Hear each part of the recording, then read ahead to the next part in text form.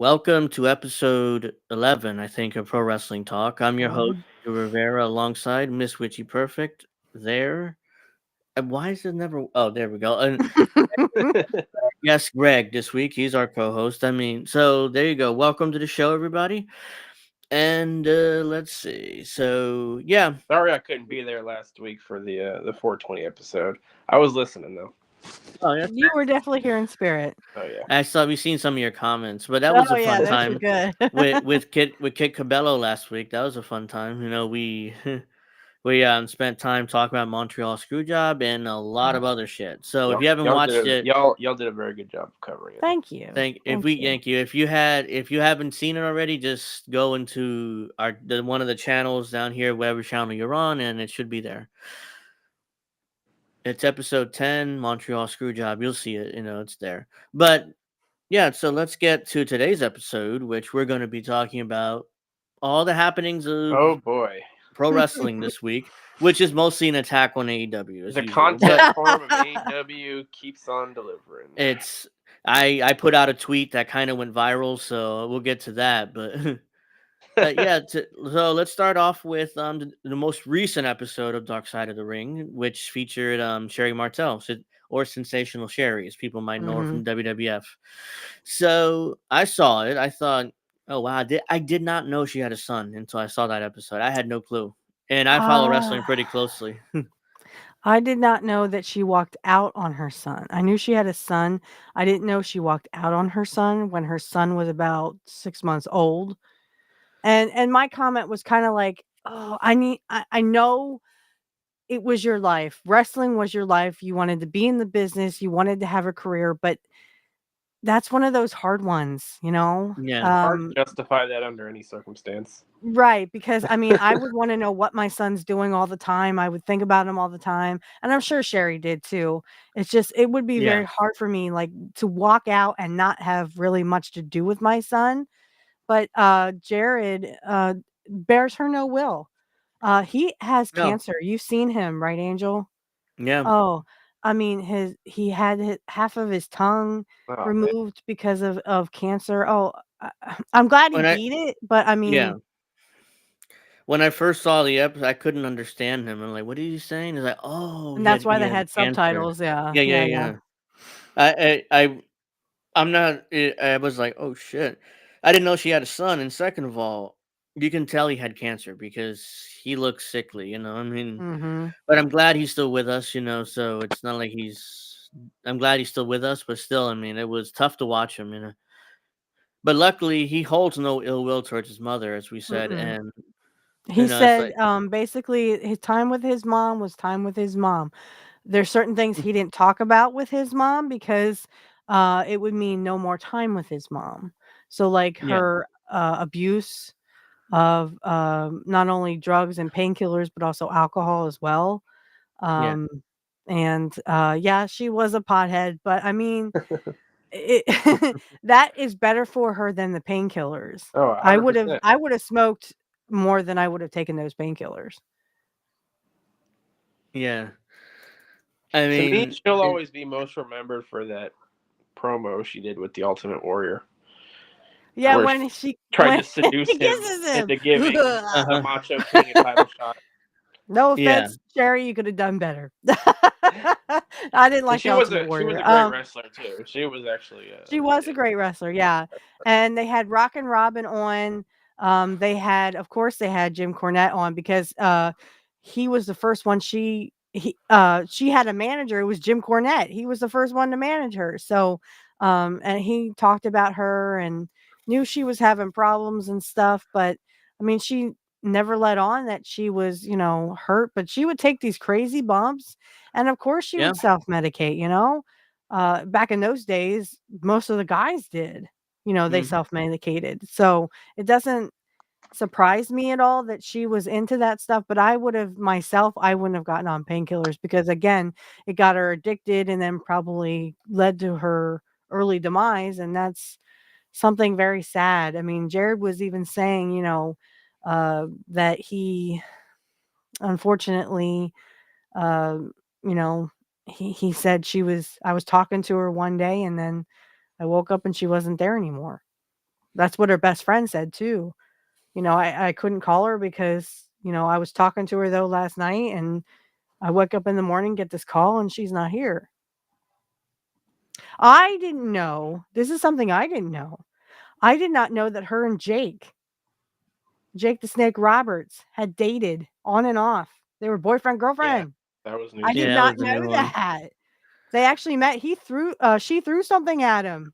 He turns around to look at her, and I guess, he just kind of, I don't know if he asked her out or whatever, but I mean, one thing led to another, and they started, Hi, D.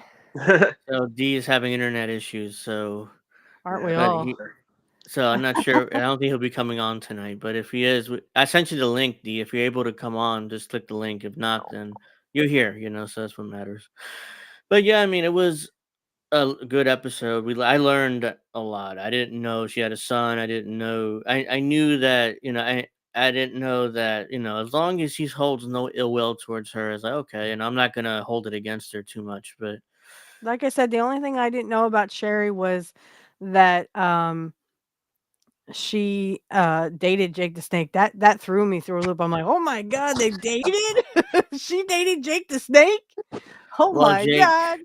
Jake was a referee then. I think he was just starting out. Yeah. Uh-huh. And she was still not in the business yet. If she was a fan, basically, she happened to be at the matches. Right. So she went up to Grizzly Smith at 16 years old and said, I want to be a wrestler. And he said, get out of here until you're 21.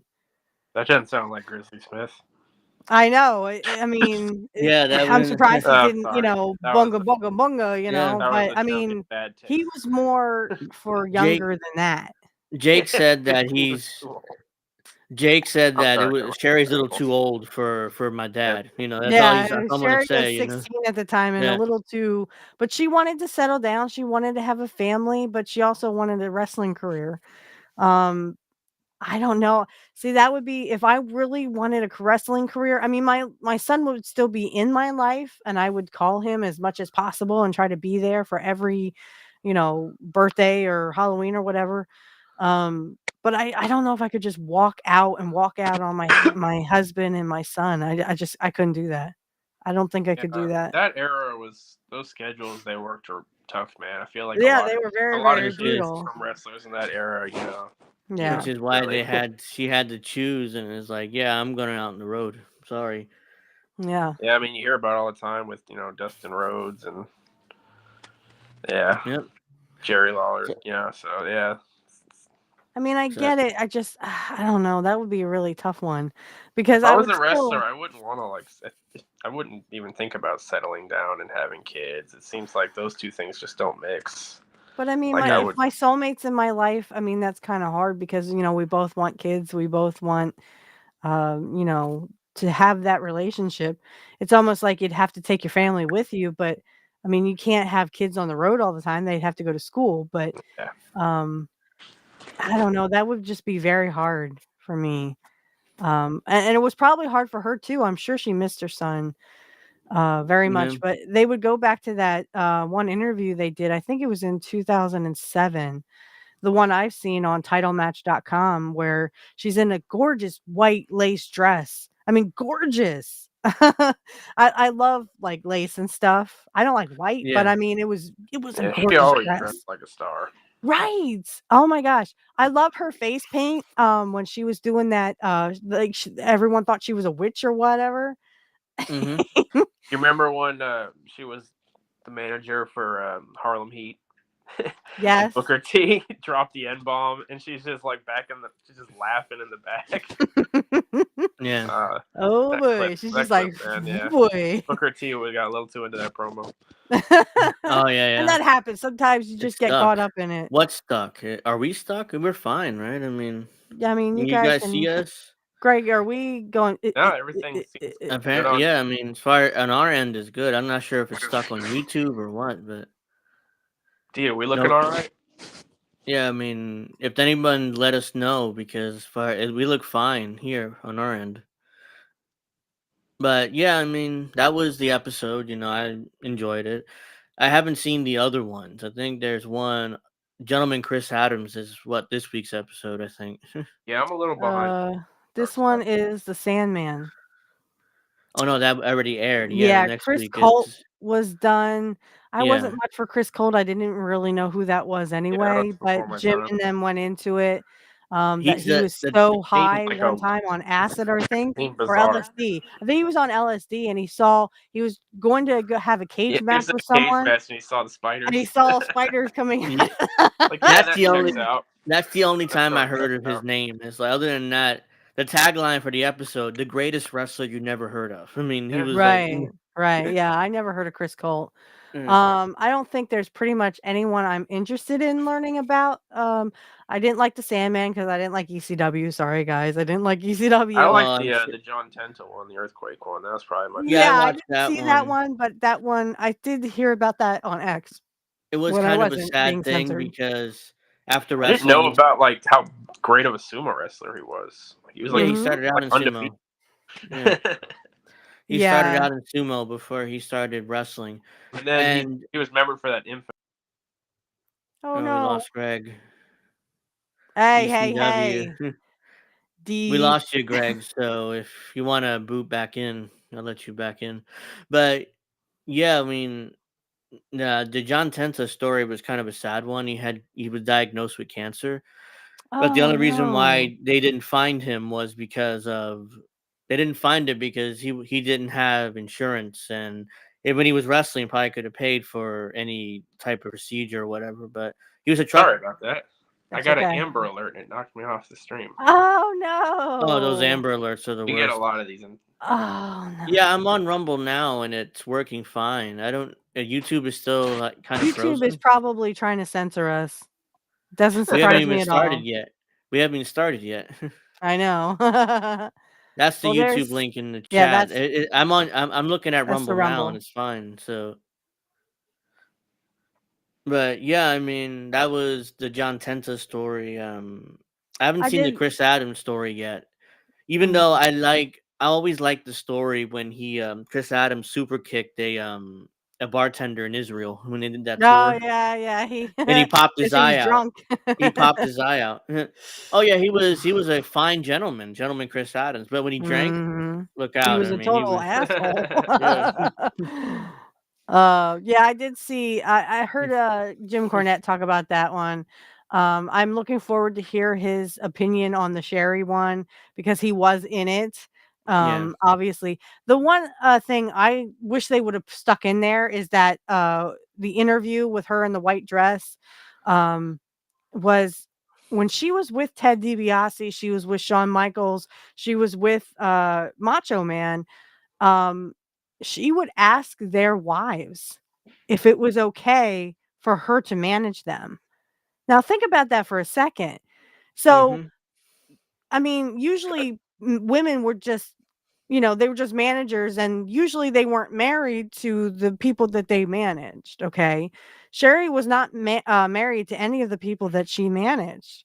So it's kind of like a weird, I mean, it's very polite. She was very, very polite. And she had, morals that she came up with. And one of them was when she managed someone. So her and Elizabeth were actually best friends. She says that in the interview that they show her in the white dress.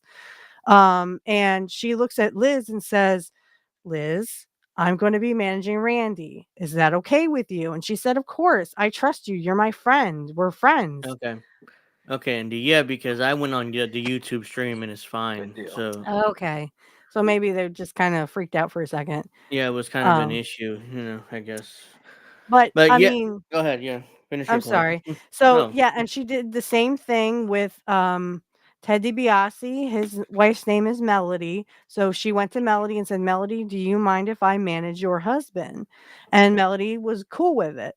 Same with Shawn Michaels. Shawn Michaels in 92 was married to a woman who's trying to be a nurse. I don't remember her name, Yeah. but Sherri said, I went up to her and I said, I'm going to be managing your husband. Is that all right with you? She was cool with it. So Sherri herself was just such a polite, wonderful person. And it just seems so sad that, I mean, I actually shed a tear at the Mhm. end. I was just like, oh my God. And honestly, as a fan during that time, I loved to hate Sherri, but I Yeah. looked up to her. I looked up to her. I looked up to Elizabeth. I looked up to Rockin' Robin and also Joni Laurel, who also is not here. I Yeah. wanted to be just like them, but things didn't work out that way. But Mm. I mean, those were women who actually knew how to wrestle. I didn't look up to Sable. I didn't look up to Sunny. I hated those people. And I hated every time they were on, I was just like turning it off. Well, they were the ideal women of Vince McMahon. That's why they got Right. over. And Vince Yeah. Russo. Yeah. I mean, Yeah, those Russo. were the sugar babes, you know. So yeah, that was Dark Side of the Ring. I Yeah. enjoyed it. I'm not sure if I'll watch the Sandman one. I didn't really care much for the Sandman, but Yeah, I maybe wasn't I'll much check for it out. ECW. Uh, All I maybe know I'll is the check it Sandman out. would go like this and like break his head open. I'm like, Bust himself open before his match started for no yeah, I'm reason. like, oh, any moron can do that. Get in there and wrestle and shut up. So yeah, I mean, let's get to AEW Dynasty, which was last Sunday, I believe it was, and I didn't watch it, but I watched the Osprey and Danielson match because That's everybody was probably the only creaming their one. pants Mhm. over it. Yep. Everybody was creaming their pants over it in the IWC. What a great fucking match! It's match of the year, match Yeah, of the there were some pretty decade. outlandish statements. Yeah. No, Yeah, it the, was the recency match bias of in the the ever wrestling would be community probably is Bret Hart and wild. Kurt Hennig. You Yeah, talk about that two great athletes that brought the house down at SummerSlam 91. they immediately the first thing I see from AEW marks, it's better than Roman and Cody. I was like, Oh, geez. No, it wasn't. no, So well, that just means they watched it, I guess. They watched Roman and Cody. did that for us then? those, We'll take the win, right? those marks Did they they not watched. I mean, realize wrestling is about story, not about no, like cool these moves? are Like, how no, All could they you these care even are about are compare the How could people. you even compare those two matches? you Like, it's can't. crazy. I Yet mean, I called it a good wrestling exhibition. Is what it was. It was a good Yeah, match, but it that was was an a good match. exhibition. It was It an had things exhibition I of didn't moves like, for no reason. well, like and Danielson getting dropped on his head multiple times. I hate seeing right. that after his I'm injury like, history. I'm like Yeah. the one spot I saw which stuck out was the spot where Danielson tried to do the Hurricanrana and landed on his back of his head. Yeah, that looked nasty, man. And Osprey just flipped off, like, and he stood there like, "What? I'm a big star." And I know you're a moron because you You're a know who moron. does that spot. You could have hurt that guy. Yeah, you know who done Ricochet it. Who did does that spot? perfectly. Yeah, Ricochet did that spot better. Yeah. And the guy doesn't land Ricochet. on his head.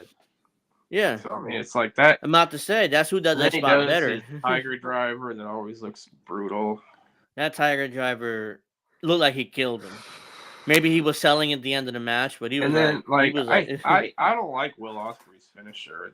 It seems oh, ridiculous. it's so lame. It seems He ridiculous for the style of wrestler that he is. Mhm. And yeah. they always fuck up the camera shot where you can see it completely going over his head. Yeah, Like I'm not sure you know what his finisher is. That's the It's second. Yeah, it's like a running back his elbow opponent. to the back of the Yeah, head. it's a running back elbow to the back of the head. It's a cheap finish. Well, I It's think always You can't even take a fucking bump for it. You just no, sit there and it's for a him, ridiculous. finish. It's bullshit. Yeah, it's like and here's And I what complained about that on Twitter and got yelled at for it. I don't. yeah, Jim Cornette was talking about it and he said, I mean, he actually called him Osprey. He didn't call him Ostrich. He said it was Yeah. a good match. It was. just, it wasn't It how was. he would book it. Mm. There were too But many. There were too many high spots, and there were too many like bleh. Danielson Bleh. being dropped on his head. Yeah. Even though the moron had to retire because of concussions. Again, I call Danielson a moron because there's another. I think it was on He doesn't Rampage like or Collision. nobody's there to save Danielson from himself. Like Yeah, that dude just and the went out there and WWE like, yeah, I'll die. in He this ring. married a I don't Bella care. twin. He And, could like I don't think he's yeah. exaggerating. Like he could be No. famous for the rest of his life and not even be in wrestling because he He married a said- Bella twin. I think it was on Collision. He said, "I will die for this business if I have." And he's bleeding too, like a retard on fucking But you're on not- Collision. You're not Nobody's a watching wrestler. Collision. like somebody save him from himself. Like you know what I mean? Right. Like there's The nobody W- there. Nobody in AEW says like, no, don't do this. The WWE Well, got CM WWE Punk did. saved him, CM Punk told people not to Right. do stuff and got which eaten. is And why he was forced out. But go Right. ahead. And I think I speak for everybody and Jim Cornette when he says, fuck the world, fuck the match with Chris Jericho and Hook. Oh, that's awful. It was awful. And the fans were Chris- even chanting during the damn match. Jericho fucking retire, copyrighted Jericho copyrighted The this learning stuff. tree. Like the Jericho Vortex. Like In the those are learning tree. Cornette. That's from the Cornette podcast. Of He just course. ripped That's off Jim what Brian Cornette. Last and Cornette say. Like, you get lost in the Jericho vortex, and then he fucking copyrights that shit. Of course he does, because they didn't trademark it fast enough. So I mean, Yeah. so Jericho's listening to Cornette, I guess. He has to be listening to the show. He's a big They all do. listener. Because he's He like probably he's hate taking watches notes. it. Put him over. He's taking notes like Jericho Vortex. I like that. Let me trademark that shit before. Yeah, Yeah. he did. Mm-hmm. Yeah, But I Cornette mean, and he Pete just Ryan have said been saying fuck that for months. fuck the world and fuck this match. And I was just like, yep, that's exactly what probably Cornette would thought of it. He's killing off Hook like really quickly. I mean, it's like he killed off nearly anybody else he's worked Maybe with. Hook's going to WWE. That's what everybody says, that this is his last like story, and then he's fucking off to NXT. Which if I were him, if I were his father, Taz, like, Take it. go to WWE. Go. Yeah. I mean, sign there They will immediately. do better things with you, and you won't have to bend the knee. There was a time where Jericho. Hook was actually like a real, he was, people were. He had a following in the indie scene. The fans were going when he debuted, like, he had a big pop. I mean, yeah, and they did. He had a unique, and it did nothing with him. He stuck him with Danhausen. Curse you. I curse you. They could have built him up. You know what I mean? But then they stuck him with Orange Cassidy, I think, and then now he's Brian Last hates Jericho. that dude. Then the Jericho. Brian Last hates Orange Cassidy. He can't wait till he gets off of TV. All his matches are the same. He just does a bunch of variations of a DDT, and then he does his cheap. He does his stupid. Jeez. I got a bot in the chat. Yeah, it's garbage. Sucks. So yeah, Hook needs to get away from AEW. He's done there. Jericho already beat him for that fake belt. He's got too much potential to be wasting away. Yeah, especially in AEW. He needs to get away from Tony Khan and Chris Jericho. And put some meat on them bones, boys. In WWE, I guarantee you he's going to, they're going to, have him do a routine, to gain more muscle. Just like it did with Brian Pillman Jr. He's bigger now. Yep. I'm so glad he has success. He's really good as Lexus King. Like, he's a good heel, It's like he has personality. He didn't show any personality in AEW. I'm like, where does personality come from? Oh God. Yeah, he was a part of the Varsity Blues, I think, that tag team. He was that other guy.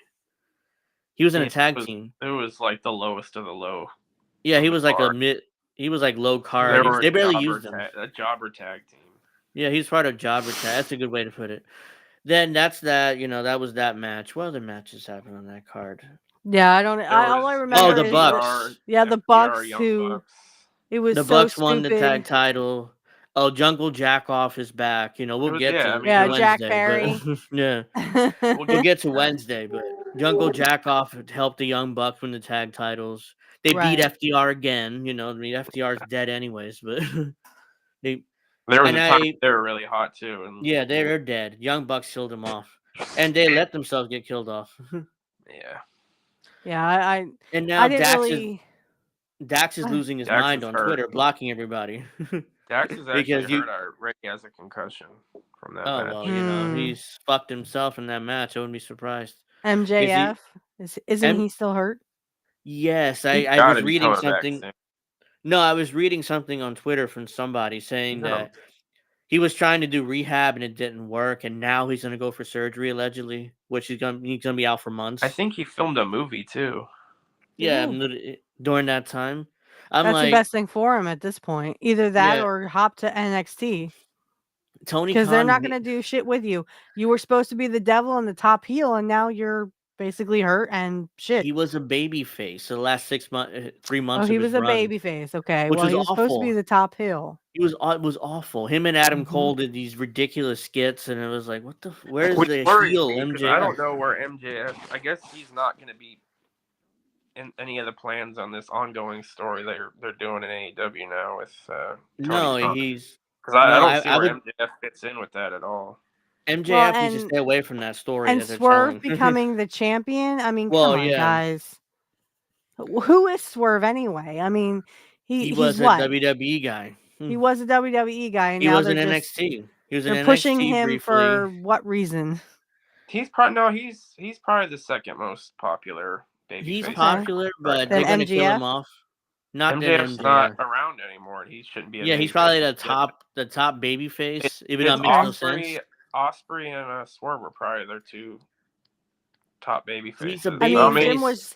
Jim was Giving saying, Swerve the okay, belt I makes mean, sense, but they're just gonna Yeah. fuck him over, and he's a yeah, that's what Jim was champion. saying. You know, okay, I guess, but I mean, they're just gonna, you know, screw him over in the I don't mean to end. jump So ahead, but like just the way they used him on Wednesday, they Oh, it was basically used awful. him for an angle to tell a story about Kyle Fletcher. Like he was Yeah. used in an angle to like Kyle lost, and now That the Don Callis family is going to get rid of him. So Swerve, the world champ, was used in a preliminary match to right, help Kyle Fletcher tell his story. Like right.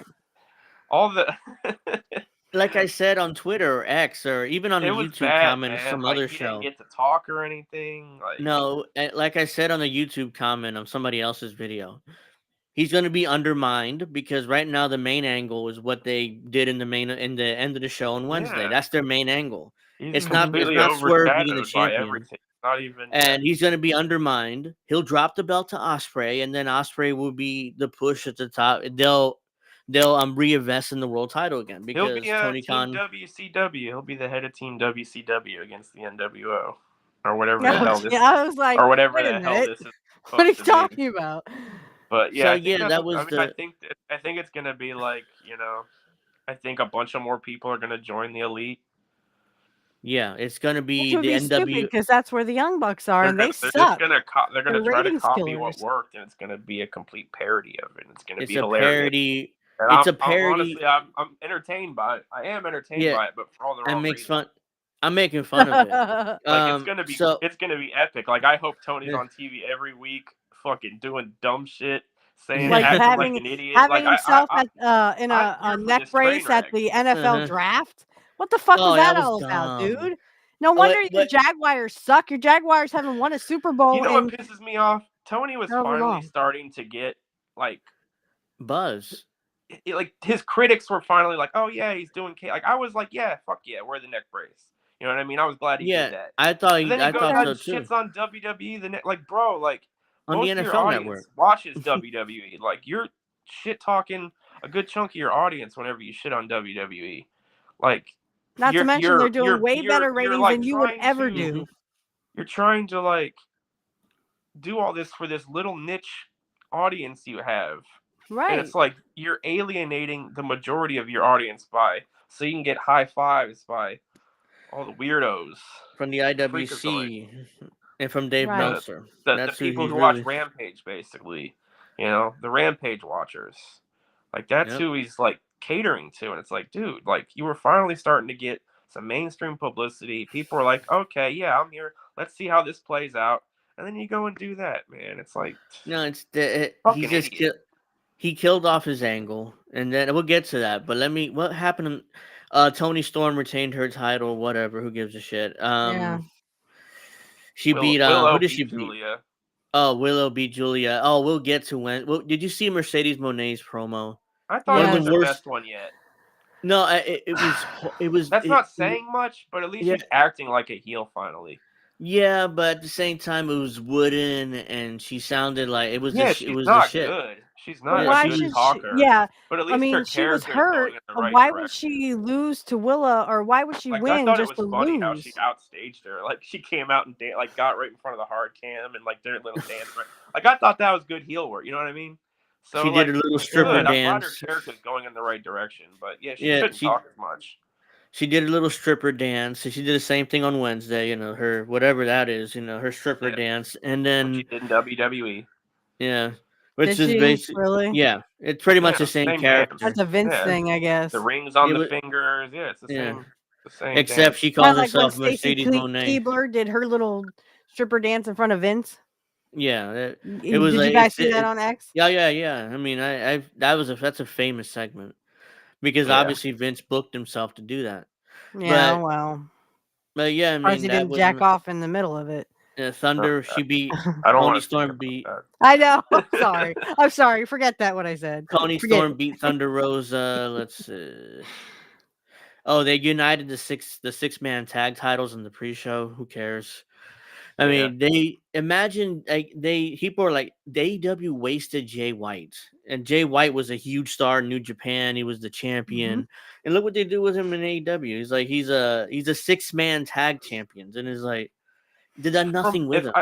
I don't want to give AEW creative too much of the benefit of the doubt, but it did look like in that stupid match they did that nobody explained that for the Intercontinental or the international title, that little gauntlet match they were doing, they did have Ospreay and Jay White kind of face off. So I wouldn't mind. Wasn't that the one with no D? It was like no DQ, falls count anywhere. I don't know what the match was. It was like people just started coming out. And like it wasn't announced. Battle Royal. I was gonna say because Jim Cornette was talking. I think it was a gauntlet, like for no reason. What it was. Gauntlet match, kind of like they did with Austin. Ospreay and Jay White were in it, and Ospreay won it, and he won a title shot against Roderick Strong. Which, that's so stupid. Going for a mid-card what are they title, doing with him? I don't know why Ospreay's going in that direction. But why is he going for the international title? He did have a face-off with Jay White, and I wouldn't mind seeing that match. Yeah. Why is he going for I'm about to say Intercontinental international title? Oh, nope. I know. I said it too. Yeah, it's like why is he going for that title? Match. Roddy and Ospreay will put on a good match. Well, what are they gonna do? They're not gonna beat Will Ospreay. What are they gonna do? No. Put that meaningless belt on him for no reason? The best case scenario, I think, the United Kingdom comes out and like jumps him and shit, and then because I don't want Ospreay with that belt. Like, no, he doesn't need that belt for him. Unless you want to try to elevate a mid-card title, but like I don't know if Ospreay's the right guy to do that with. Like Ospreay's your top babyface. Like you need to push to the moon right now. So what else happened on that stupid pay-per-view? I don't remember. That was pretty much it. Well, I mean, and like I said, Jim Cornette was talking about it, and he the one with the no DQ, no false count anywhere, nothing, no rules, lazy booking. Oh, that 6-man tag. Yeah, I mean that's with Edge. With Edge, yeah. I mean, it literally made no sense. Mark Briscoe. They had Mark Briscoe, man. They could have made. They have really, that's what Jim was saying. Jim was saying that they really are screwing Mark Briscoe. He's like, I haven't seen him do company, man. They had something with him. He was over because of his brother's death, and they had something with him. And they were just happy to see him finally get a chance. You know what I mean? And he just went straight to Rampage. It's like Rampage, Ring of Honor. You're the Ring of Honor World Champion. Here, Mark. But Mark Briscoe's not the kind of guy that's going to apologize. Here, now we're going to book you in all these shitty matches and stuff. And what the hell is Edge doing in this match with the House of Black? Like, what is he? Why is he? House of Black? I guess they're getting ready for a Malachi Black Edge feud. Which I'm fine with Malachi Black being in a single. And Malachi Black's gonna fuck off back to WWE. It sucks though. Like they had something with. Who was he in WWE? He was Aleister Black in WWE. Oh, he's a Triple H guy. I just like when Jim Cornette goes, the House of Black. Yeah, because they're but that's how they've been booked. Yeah, they've been booked as meaningless. That's what he was trying to say. He was trying to say, I mean, this was just shitty booking. They got there. It was lazy booking. House of Black goes away for months. Like Aleister Black or Malachi, whatever his name is now, goes away for months. He doesn't come back. And then he comes back. He does some little bit of wrestling. And he goes away again. So I don't know. I don't know what's going on with his contract, but I'm sure that he's looking to go back to WWE because Triple H is booking. I think they signed I think he signed a 5-year deal. I think he's there for a while. Well, if he is, he's fucked because I don't do anything with him. Absolutely nothing. I mean, and you can't call him Edge. You know what I mean? It's a good but his career is not going anywhere. I mean, no offense. Edge was I wasn't into Edge, so I don't really think he never really got much past mid card at best. But yeah, when I stopped watching and I found out that he was the world champion, I was surprised. I was like, damn, they're pushing Edge like that? Because he was just like a tag team guy with Christian when I was. He became like a 10-time world champion. I mean, they really pushed him. Edge really got himself over way more than I thought he would.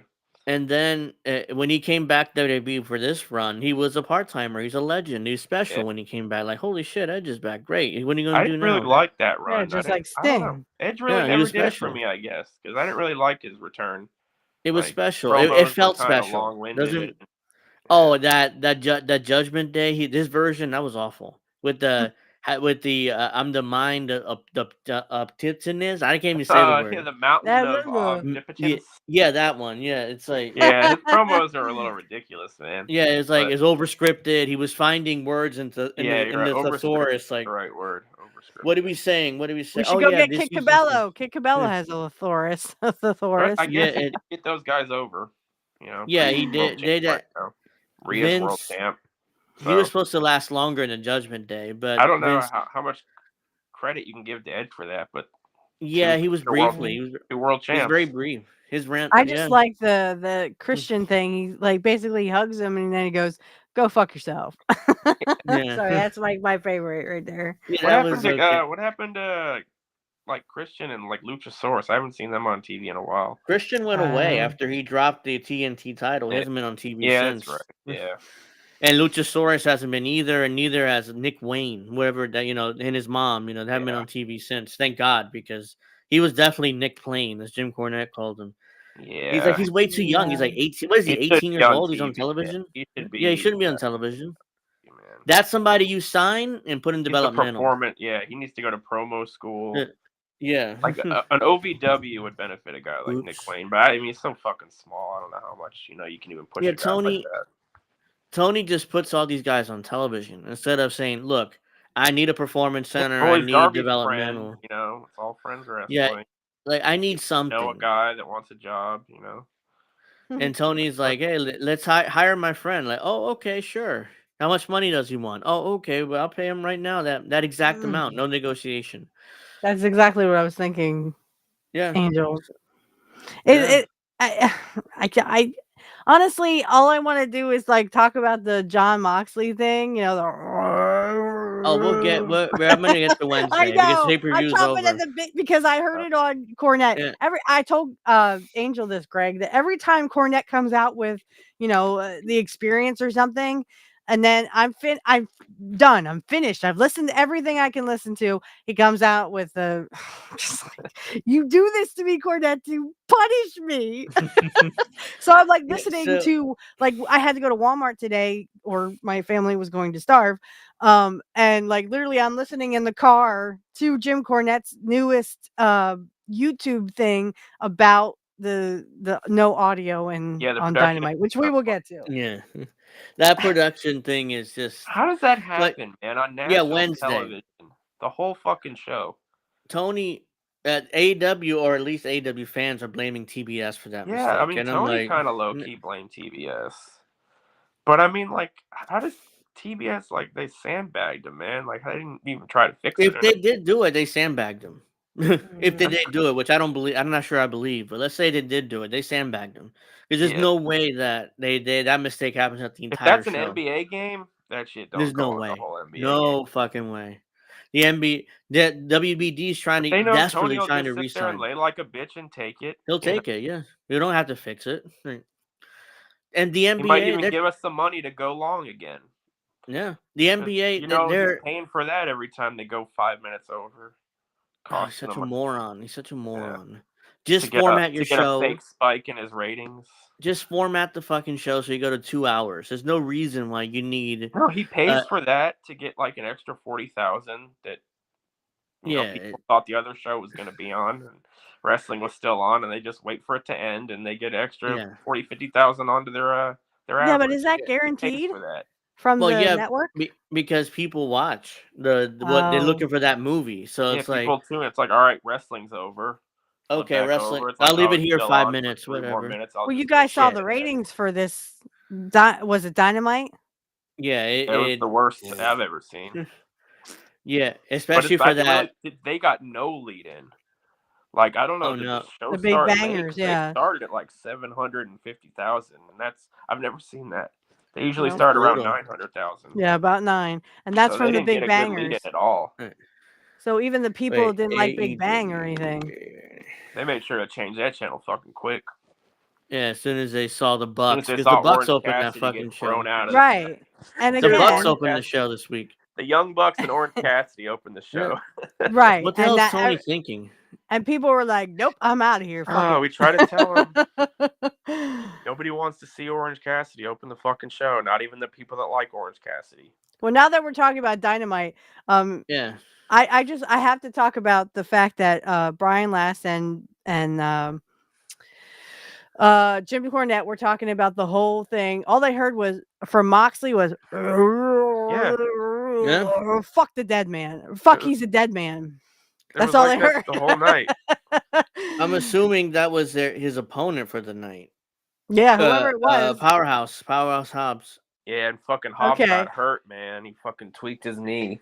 Yeah, of course. Stupid match where he's in a match with fucking out Ospreay. again. All I kept thinking was when they talked about John Moxley, I'm like, what do you do? Kiss another guy?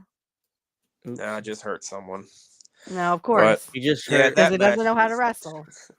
Why can't he just stay Dean Ambrose? What the hell? Why didn't he stay in WWE? They didn't want him. They didn't want him. Okay, well that's fair. That's fair. He wanted to wrestle garbage matches, and they weren't going to let him do that and embarrass the company. So real quick, I just want to go over the Goldberg comments, just really, really quick. Okay. So Goldberg apparently was asked by somebody. I forgot now who. Just I don't remember. It was a podcast, and they asked him, "Would you ever go to AEW?" And he was like, "No, I couldn't even look myself in the mirror." And I said, "Okay, I agree with you, but this is rich coming from a guy who literally had 3 moves that he did. He's a mark for himself. He started had talking 3 like moves, Goldberg. and he He's literally like, hurt Goldberg guys. would never be on his show. Like he started becoming a mark for himself. I heard that shit. Yeah. It's like Goldberg can't be on a show like that. Like, dude, fucking, you're not. This ain't the 90s, bro. Like, just go make your money. This ain't the 90s. Get a I pop. agree with him about AEW though. Like it is cheesy. He he said it was cheesy, and he would couldn't stick out like a sore thumb on that show. And he couldn't look himself in the mirror after saying, "I actually went in AEW and performed for them." He's looking for that. He's fishing for a final match, but he's like, "Will you go to AEW for?" I think he still wants to go to WWE. Yeah, he wants that that's last where match. It is. That's now that where Vince it is gone and there's new people, and maybe he can finesse another match even out of Jesse. TKO.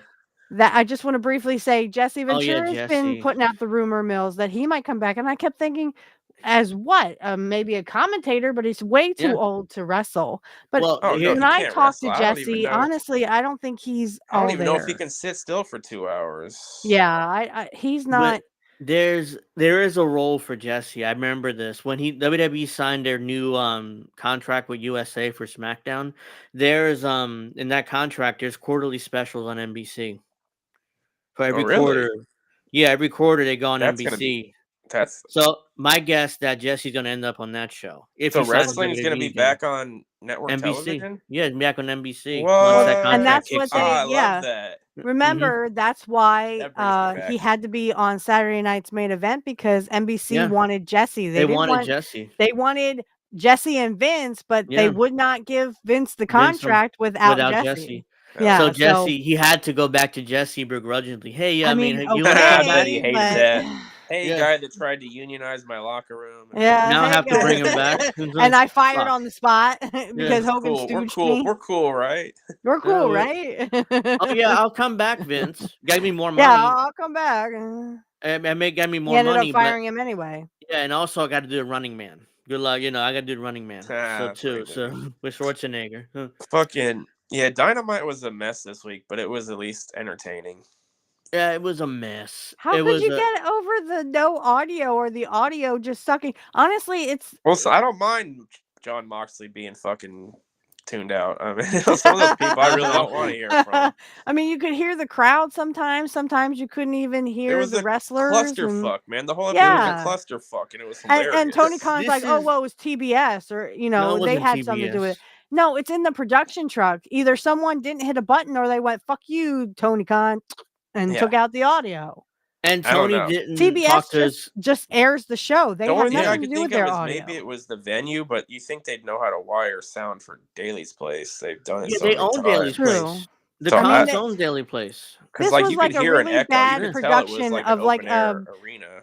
Yeah, it was really a bad production of wrestling, and they acted like amateurs out there. Maybe Tony and his was too focused on the draft, and that's the Khans own Daly Place. They're right next to their Jaguar Stadium. So yep.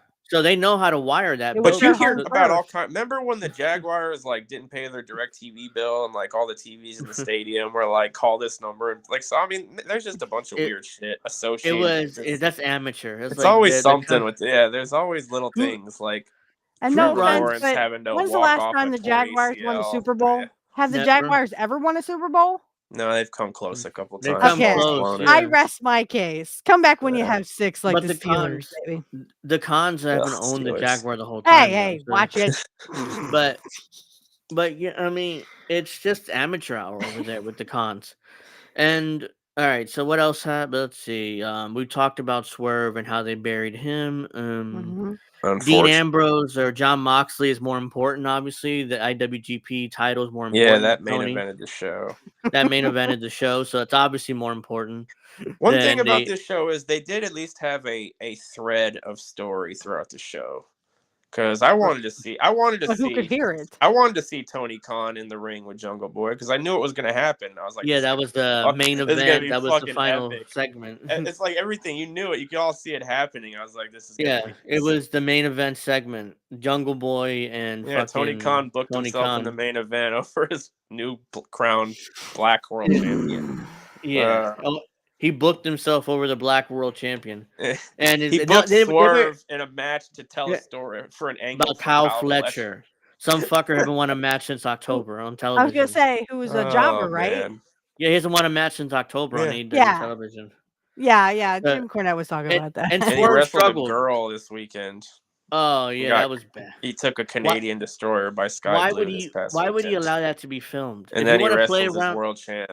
And if you want to play around with a girl in the ring, that's fine. Don't film it. No, don't put it on the internet like supposed to. You just buried yourself. I mean, Omega had the decency to not film the 9-year-old girl wrestling. The 9-year-old girl that Omega wrestled, he was smart enough not to film that. I think that was fucking Riho, actually. The 9-year-old girl was Riho. Really? It was? I feel bad for Riho. I think I've heard that before.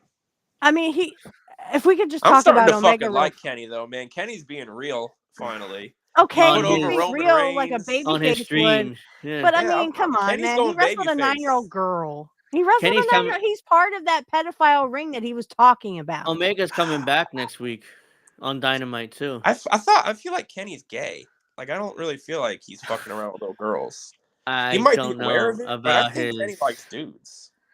I don't think so. I think I looked up and I think he's straight.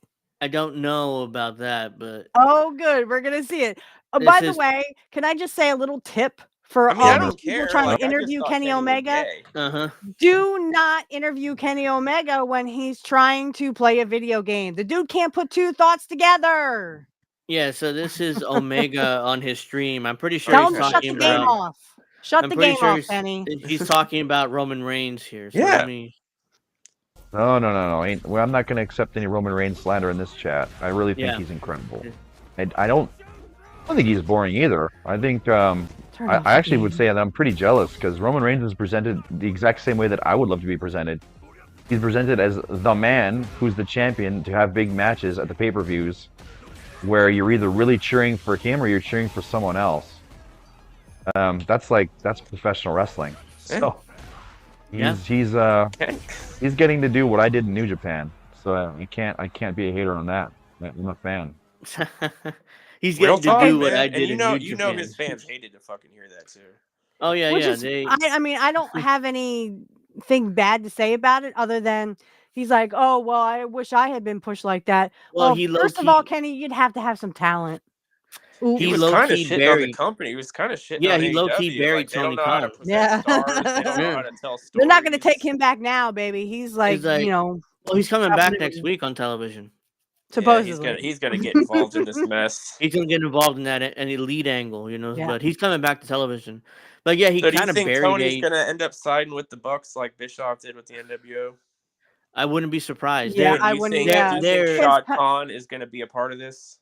Tony Khan is trying to the old man recreate the WCW and the NWO. What if Shad comes in there? What if Shad comes in there and cuts a promo saying, I regret giving my son this money. I regret this fucking company, and I'm going to fucking fix it. And he puts a stable together of guys to take down his son's group. That's what he needs to do maybe right you now. can even get Jinder Mahal in there. Like I'm saying, man, there's a lot of things you could do with this.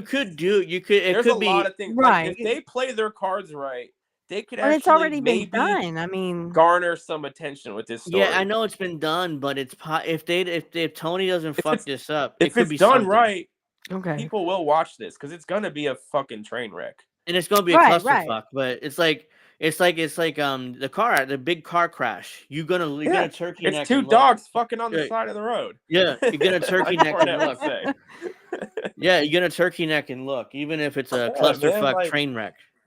I'm glad they're finally trying to do something outside of the box.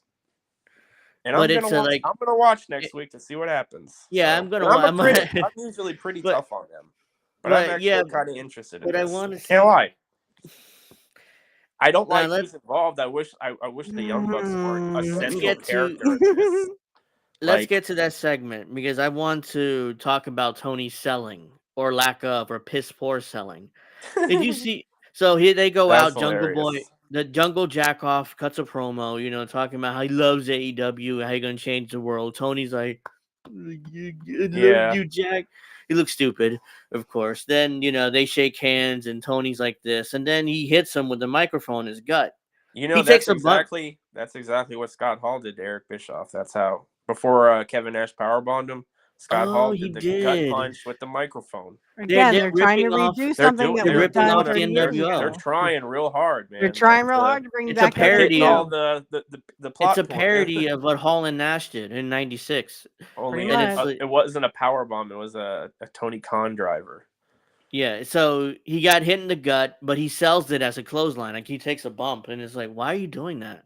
Like you should usually later bend over. And then 3 seconds later, he remembers I got to sell the gut punch, and then you get hit in the gut, you bend over, and you sell that, not take a bump. He laid there for like 5 seconds. Like, Bischoff sold it right. Bischoff sold it right. Got right in the position for the powerbomb. That's right. But I think the thing is, it was right for the 90s. It's not so right now to do whatever the hell he's trying to do to recreate it. Don't recreate something that's already been done because it may not get over right now. And you don't know what the fans think. I mean, you can barely get people in. The crowd in the stadium was not really making a lot of noise when it was going on. It was dead. They were just all kind of sitting there like, what the fuck is this? They're trying to recreate something because they're trying to be edgy. Like in shock. Tony is like, he's jumped the shark. Then the Young Bucks and Okada come out and they're like, no, what are you doing? Don't attack. He's the I think one of the Bucks said he's a billionaire. You don't attack billionaires. Trying to make a joke out of it. It's like, dude, this is a serious angle you're filming, and you're making a joke out of it. Morons. That's what they do. Anyways, they didn't attack Bischoff because he was a billionaire. They attacked Bischoff because he was like he sort of was the establishment, but he was with WCW. It was the time that they were taking over. Right, and it was like a tradition. They were thumbing their nose at tradition. Yeah, that's what the NWO did. This is something else. This is something completely different. And they're not going to get it over. But I do want to say the neck brace thing, he could be doing what Andy Kaufman did. He is. It's a parody of what he did. Wore the neck brace. Right. It's a parody of what he did. Andy wore it everywhere. He wore it on set. He wore it to a hospital. He wore it out when he was out and about or doing, when they did was it Larry King? No, not Larry King. Letterman, wasn't it? Yeah, when they did that was when Lawler slapped him. And Lawler slapped him, but he had the neck brace on to keep kayfabe. That was like even in the newspapers that he broke his neck. Right. That's called keeping kayfabe. So what exactly is Tony trying to keep kayfabe about? I'm not sure exactly what he's trying to keep kayfabe about. Again, today there is no kayfabe. Well, there still can be. There can be. But I have such a low standard for Tony that I gave him credit for this. I was like, good. Sell the injury, get it over during the draft. Like, this was smart. It was just fucking dumb to say that shit about WWE. Like, this was going perfect. Like, everything was going perfect. You get news articles written about it. Like, they were talking about it on the NFL Network. They were making fun of him, though. And rightfully so. But the NFL Network's making fun of him, though. Right. Oh, yeah, He was trying to do what the Andy Kaufman thing. Yeah. He was like Tony Oh, Khan, my blah, blah, neck. blah. He was Oh. And doing one the of his Mel Kiper co-hosts, impression. one of his Yeah. co-hosts, Yeah, one of he does Pat a good Mel McAfee's friends Kiper. were like, well, it'd be if you broke your neck, why you're like moving it like you can't this? be moving around. Yeah, so they So kind of he buried can't Tony. even keep kayfabe when he's trying to keep kayfabe. No, I know. But you know, let's You let's give failed. little Tony a little bit of credit. Let's give He's so trying. the segment. Bless his heart, the man is trying. So the Bucks try to get Tony up. They tease doing their finish with that double knees to his head. Yeah, they did do which that. is stupid. They didn't do it. Then Okada looked around and did this or something, and then they set him up for what, the Meltzer driver? What the hell that move's called? It's now the Tony Khan driver. Okay, so and they flipped, and yet why is Maddie or whoever that was, Nikki, flipping like That's that just for no unnecessary. reason? That move would be more brutal if they just jumped off normally. And Tony Khan was sitting there in Matt Jackson's crotch, so happy, like this is my dream. I'm finally taking a bite. Like he was so happy. And you even saw him fucking smiling when he was laying on the ring cell, and you could see a fucking smile in his face. Like it was like fucking Okada granting a Make-A-Wish to 4 kids, letting them play wrestling for a night. You know, it was like he took a bump. He finally took a bump. That these guys are so small and like not believable, but it's gonna be hilarious. So they're trying to be the NWO. So I want to. I looked up the weights of these people. So let's go. Let's start with the original NWO. Scott Hall was 6'7", 287 pounds at the time he did that angle. Him and Kevin Nash were the outsiders. Hogan was 6'7", 302 pounds at the time. Yeah. Nash was 7 foot, 328 pounds. At the time, they're all huge grown men wrestlers. Where the big boys play, baby. Yeah. Play with themselves. No, I'm joking. I love the NWO. Yeah. So let's get to Matt Jackson. He's 5'10", 172 pounds. I'm bigger than Matt Jackson. I'm bigger than Matt Jackson. He's not. Nick Jackson. Yeah, that's Nick Jackson. I'm a woman. Nick Jackson is 5'10", 167 pounds. I'm bigger than him. I'm bigger than him. So that's one Kevin Nash. Yeah, that's one Kevin Nash right there. Matt Jack. Who? Wait. That's Jungle Jack Perry. I forgot who's Jack. Is like Jungle Jack. He's 5'10", 167 pounds. I'm bigger than him by 50 pounds. I'm bigger than him by 50 pounds as well. Yeah, I'm 6 foot 200. Yeah, and Nick Jackson is 5'10". And I don't think I could be a wrestler. 178. So that's the difference. These guys are small, and they're never going to get this over. And they can't. That's why it looks like a Make-A-Wish segment. Yeah, but to be honest, I am losing weight. That's my thing. I feel like I'm lost like weight. 14 pounds. Tony Khan. I saw this somewhere, so I'm not sure how true this is. But Tony Khan is 5'8", 159 pounds, according to what I saw. And he's got some big ass feet, though. Did you see those fucking clown shoes he had on? Yeah, and it's like Tony. Tony his might be pants. packing. He had some big ass clown shoes on. When he was sitting there up in that fucking pile driver, you could just see his big old clown feet fucking behind Matt Jackson's head. So Tony. Well, I guess he doesn't have to compensate, does he, Greg? Yeah, fucking good for Tony, man. So maybe he'll have the courage to talk to a lady one day. Maybe. But Tony took the Meltzer driver or Tony driver, whatever. Then all the the referees start coming out and they're saying, "What the fuck? What the hell are you doing?" Blah blah blah. And then the elite leave the ring. I have a theory because why this lingered. I feel like the John Moxley Powerhouse Hobbs match had to go short because of the injury. Yeah, and so this segment ended early, and there was nobody in the back to be like, "Go do this, go do that." So Tony was the one that would be directing traffic in a situation like that, and he was sitting there selling on the mat. So I think that's why it took so long for the baby faces and everything to run out. And so the baby faces looked like they were stalling a little bit. Yeah, the baby faces all pop out. I don't know who any of them are, by the way. I think I saw Lee Johnson there, so he's still around. So all the baby faces come out when Sean came out. Okay. Oh, okay. Except that I don't know any of them. Why not have Swerve come out? Why not have the top guys come out? Yeah, it was like was the jobber of all jobber crew. Yeah, it's like why have Swerve? I don't know if he's paying for a spot, but he wanted to be. Tony Khan reminds me of Vince Russo. You know how Vince Russo wanted to be in the spotlight? He wanted to be on the wrestling program, and then he also wanted to be the champion, so he made himself the champion. Yeah, he was. That's what Tony Khan reminds me of, and that's like douchebaggery for me. He's entering that territory for sure right now. Quickly. I guarantee you he's gonna be a big part of this angle. After saying repeatedly that he never would. But which I'm here for it, man. He's cringe on a comedic level. Like I love when Tony Khan is talking and has a microphone because it's so bad. It's gonna be so bad. It's good. It's worse. It's worse than Dixie Carter from TNA. I mean, it's gonna be worse. Like it's gonna be worse than Dixie Carter. Because he thinks he's a wrestler, but he's never been a wrestler, so he wouldn't know how to do a promo off the top of his head. And like I said last week, I thought Roddy Piper did all his promos off the top of his head because I was oh, dude, stay off the coke, seriously. Because he would just literally just say the most outlandish stuff you ever thought of. Right? They're great. He actually wrote it down. He actually wrote that shit down. That's crazy. That's a genius.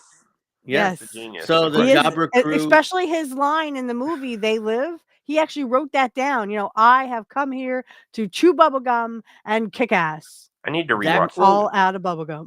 that quote was stolen by Doom, or what was that game? Duke Nukem. Stolen by a lot of people, I'm sure, but he actually wrote that down. And put that in a game. They put that in a game. But he wrote all that down.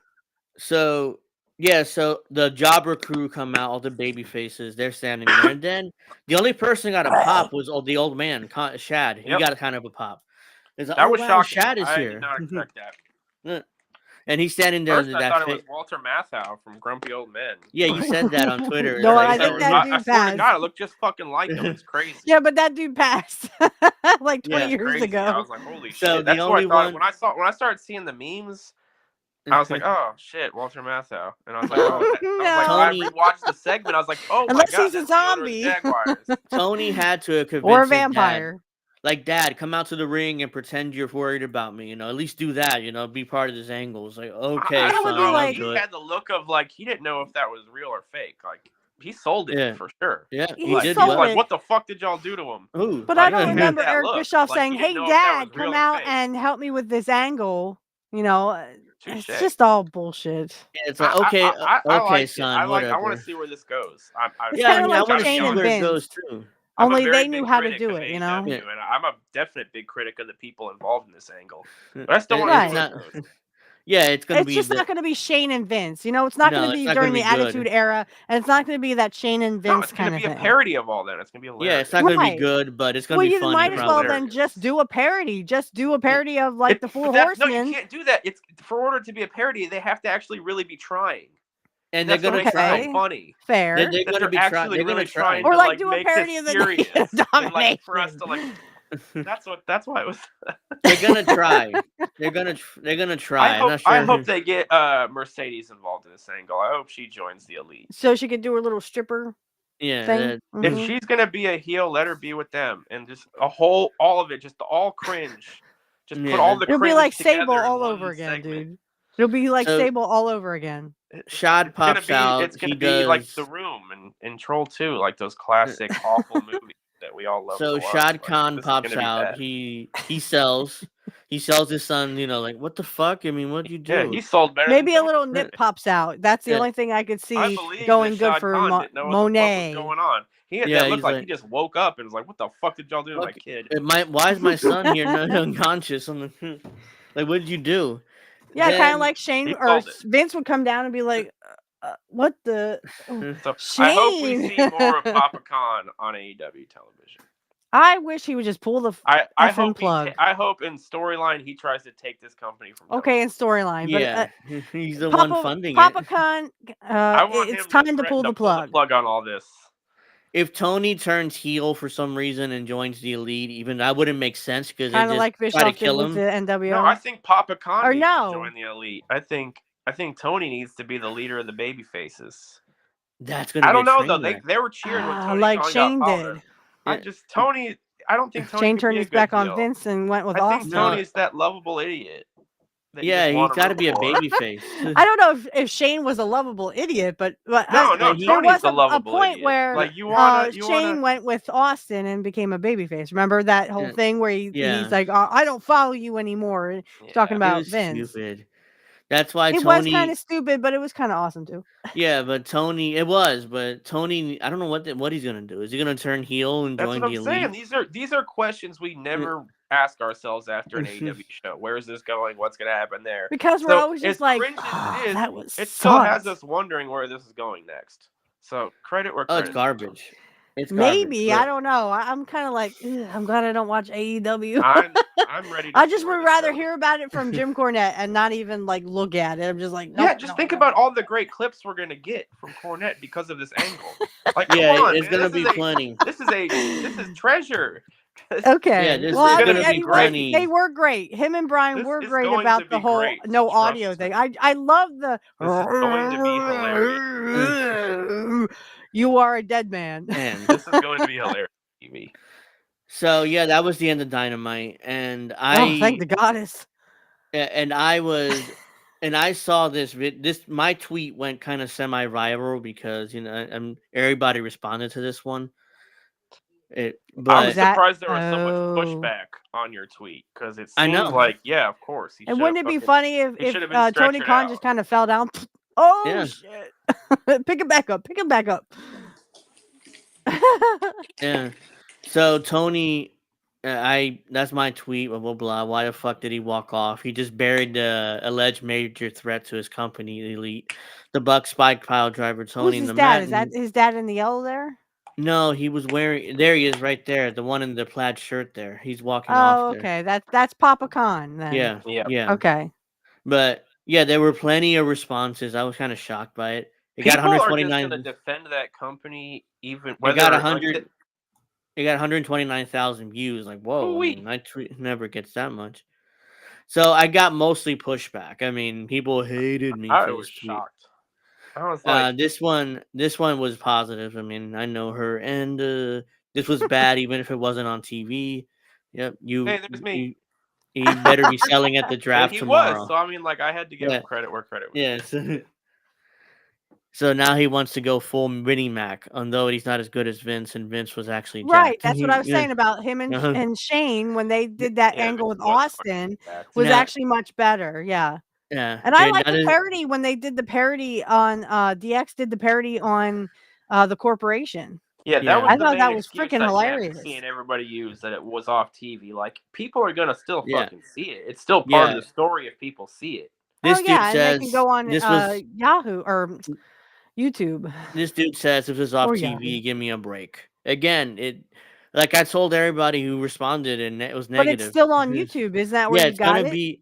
This you're is gonna sell the angle. Fucking sell the angle. Yeah, you need to go away with it. It's on YouTube. Anyone can go fucking look at it. Go all out with the angle. And they half-assed it. He's definitely no Andy Kaufman. That's what I said. He tried to do the neck brace because Kaufman used it all over the place. He was trying to keep kayfabe, and he's just definitely not Andy Kaufman because he can't even keep kayfabe about the other. He's trying. He's just really bad at this.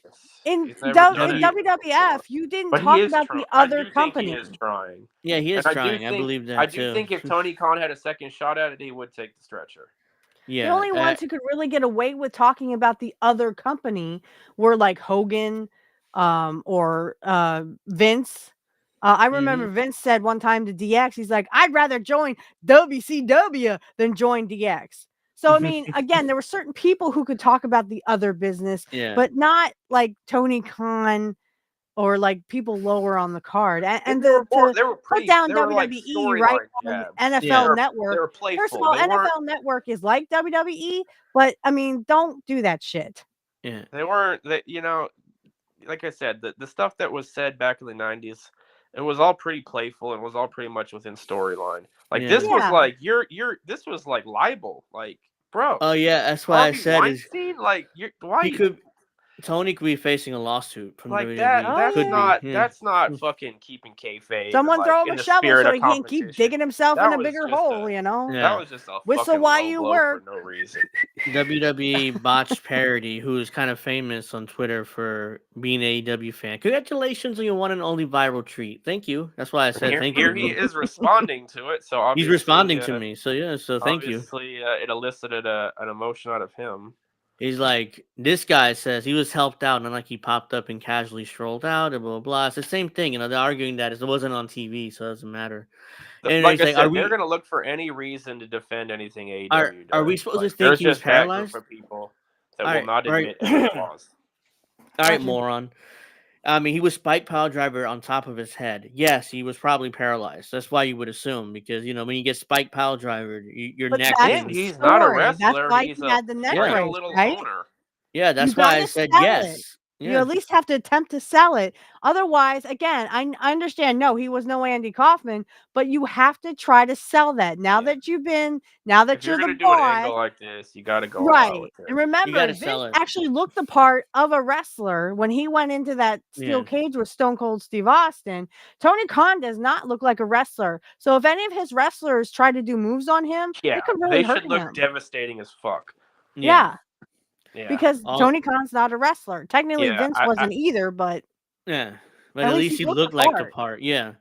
All of this drama that's going to happen in the next few months over Friends Wrestling stems from one man who's no longer there, which is true. It's CM Punk. That's what they started. That's right. Everybody over. Oh, and Tony Khan feared for his life, and he was sitting at a freaking computer. And he took a spike pile driver on his head, but he didn't fear for his life then, huh?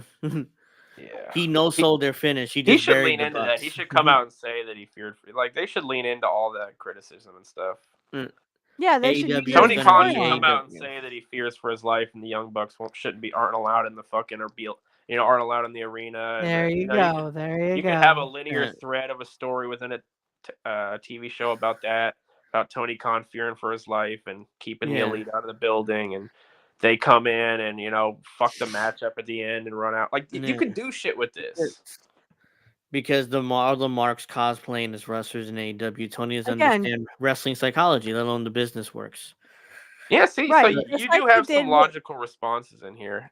But usually the quote tweets that are negative. That's what I've noticed. Oh yeah, I'm gonna get to the quote. The quote tweets are usually the mean ones. Yeah, he should. But I mean, this is just like psychology of. I mean, this is what the Austin McMahon feud was based on.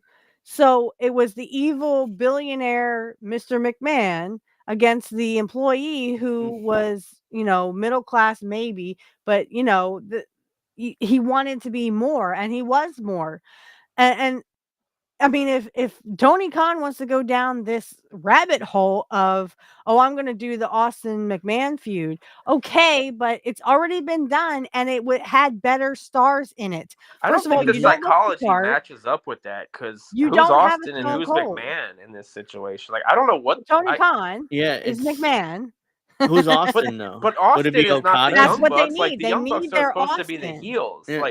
Tony Khan has to babyface himself somehow or join them. Tony Khan has to make himself a babyface or join the elite for any of this to make sense going forward. Right. All right. So I mean, like I said, it's like that whole Austin versus McMahon. But again, it's been done, and you don't have a Stone Cold Steve Austin.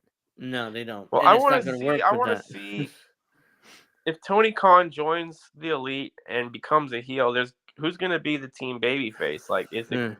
Again, yeah, maybe there will be that Austin. You need your Austin. Might pop out of this and get mega over. But I mean, getting over in AEW is just you're really only reaching. Yeah, he agreed. He said, "This is the death knell of AEW. If I posted my true thoughts, I'd be suspended from Twitter again." So I was like, yeah. I mean, they did it to me, and I said, "This is definitely going to make or break them going forward. They're going to have a lot of eyes on them, I think." Now this dude says, or person said, the cameras are off. It's 2024, not 1980. So we're actually referring to kayfabe doesn't matter anymore. So I hate that. Then why did Tony Khan have the neck brace on? If kayfabe doesn't matter, then why did he have the neck brace on? He's not trying to do kayfabe anymore, right? Kayfabe is in the past. It's in the 80s and the 90s. You can always so then tell why when was he wearing the neck brace? 16-year-old pops up on your timeline with a quote. I mean, that's just gross. Like, that's a kid. I mean, they should be trying to do kayfabe. That was a part of wrestling at one point. That was part of wrestling. That's why we liked it. This is a lack of experience on Tony's part, but he has enough vets there that someone should have told him. Well, like Jake the Snake Roberts is there. He's still there. He signed an extension recently. I don't know what he does there. But... Are you serious? And what about Arn Anderson? Isn't he there too? I don't think he's there anymore. But I know Jake the Snake signed an extension. Best thing he could have done for himself. He's just taking the Mark's money. He doesn't give a shit. But at least he's there. He could have told him, "Hey Tony, you should actually sell this properly," you know. But hey, hold on one sec. I'll be right back, guys. Okay. That's fine. It's like, it reminds me, people are like, well, kayfabe is dead. Like, okay, but it reminds me of the 80s. There was an angle, a Junkyard Dog did an angle with the Freebirds. I'm not sure you know this, but it was in Mid-South where he... Is that where the guy had and it slid out, and Junkyard Dog had been blinded, so he couldn't really go and grab it. I'm not going to say what it is, but he grabs it. He couldn't grab it because, I mean, technically you could just, if you were blind, you could just pretend like you heard it and say, "Oh, I heard it. It was sliding on the metal." You know, you could say that. Yeah, I saw his biography, or Dark Side of the Ring. I saw his Michael Hayes accidentally sprayed him with like hairspray, and he was blinded, and he had to retire. That was the angle. That was the kayfabe. And he said the reason why he didn't grab the thing is because he was blinded. He was trying to keep up kayfabe. Yeah. But again, I think you could have gotten around it if you just went like kind of like this, like if you're just kind of searching for it and then you just grab it and pull it away from the person. But by then the cops had already gotten to the guy. So yeah, but then after that, are you going to show some of these quotes? Yeah, I am. But then a Junkyard was like. So yeah, he was at home. He didn't go out. He kept his, those glasses on the entire time. Yeah. And then he did an interview at ringside, and he was supposed to be blinded, and he heard this, and he's like, the reason why I didn't grab it is because literally I would have broken kayfabe. But like I said, I think you could have gotten around it. He could have just like felt around it and said, "Oh, I heard it sliding on the metal," or however he talked. I'm sorry, I can't do an accent. And then he did a promo. He did an interview where he just had his baby recently. And he's like, he couldn't see. He's like, "Oh, there's my baby right there." And his wife had like, "No, your baby's here." And then, if you're a family man, if you have a family, that hits you, that it has that hits you in the heart because you can't see your baby. Yeah. Yeah. And then right after that, he took off his glasses like the next week, and then he took off this, and then Michael Hayes shit his pants and ran and tried to fight, and then that match was on and it was hot, and that angle went for weeks. They worked those matches. But that's what we would call kayfabe, and the same thing with Andy Kaufman. He wore the neck brace everywhere. Oh, that angle was so hot. That angle was so hot with Lawler. I mean, because even Lawler didn't even know what he was going to do until he stood up. I saw the thing between him and Andy Kaufman. Yeah, that whole. He didn't even know what he was going to do. He just kind of stood up and was like, "Okay, what am I going to do? Slap!" Yeah. And Letterman show just started. It was like he's like, "Oh my god, what did you just do?" His show just started like a few weeks before that. So and they his put show him was on the brand map. new. Yeah, and it helped this show. It helped Letterman become who he was today. That moment there, that angle, everything about was that filmed was on the show. And that's the magic of kayfabe. That was the magic of kayfabe that we were just talking about. Kayfabe, what are we even doing here? Like, we're just watching. So let's choreographed. That's what I'm saying. Like they say, "Oh, kayfabe doesn't matter anymore." Then why did Tony Khan have a neck brace on? It's still very during the essential NFL draft to the wrestling business. Yeah. Right. If you actually, you saw when me and Taz were arguing about it briefly.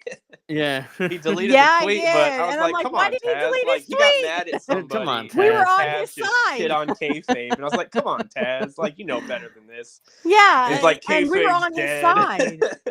And he's like, he deleted the tweet. I'm like, dude, don't delete the tweet. We're on your side. We just want you to keep kayfabe. That's all. That was at like 1 a.m, so Taz might have been knocking back a few.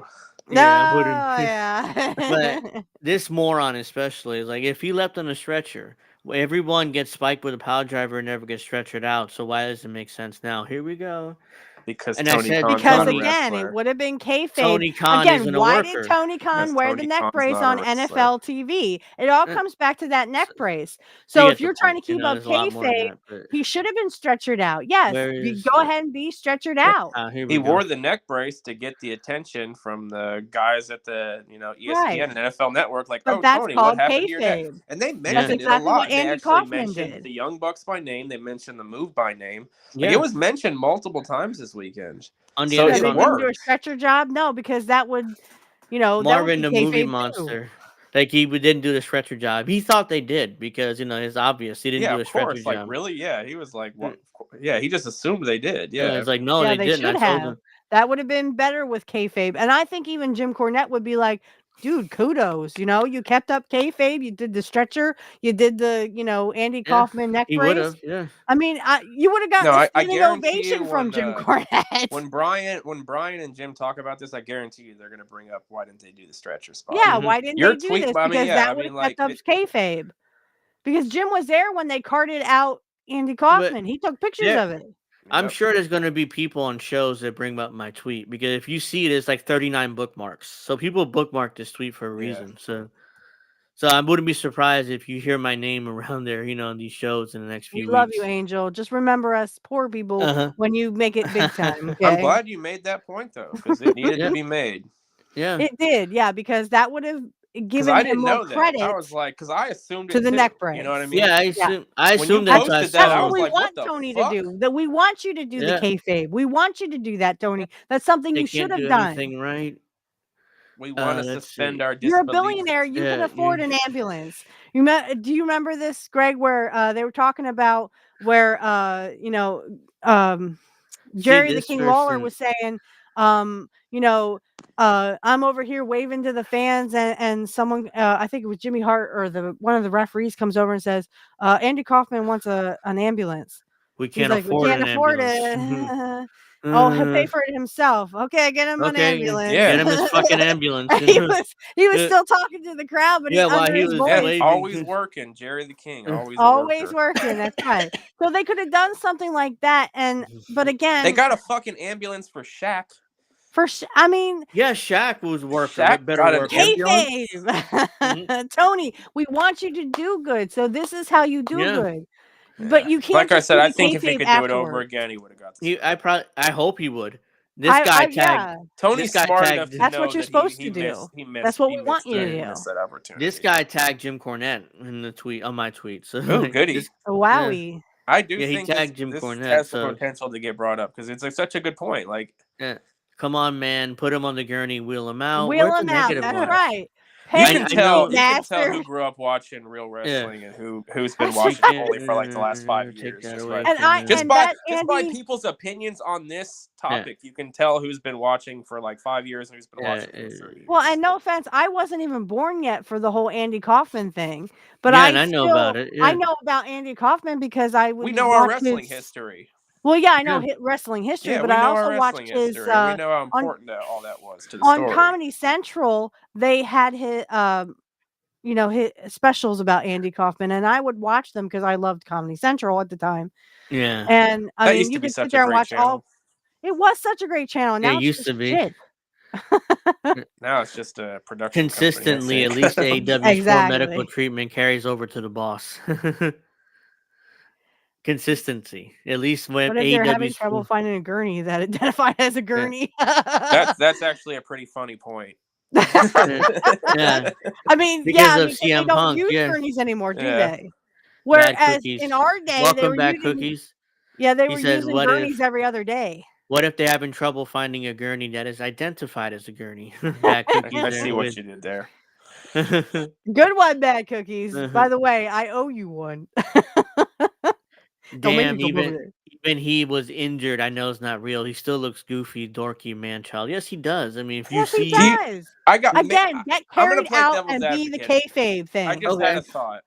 Okay, do you think Tony maybe undersold it because he knew that he was going to be seen on the draft the next day and thought that maybe getting carried off in a stretcher, actually he was paralyzed, might even look more ridiculous if he just pops up on TV the next day? No, I don't. Do you think maybe that all the way through. Put into that? I'm trying to give him the benefit of the I know you're trying to give him the benefit. I'm not giving him nothing except for that he fucked up, and if he wanted to sell this as kayfabe again, because maybe he thought that would be overselling it.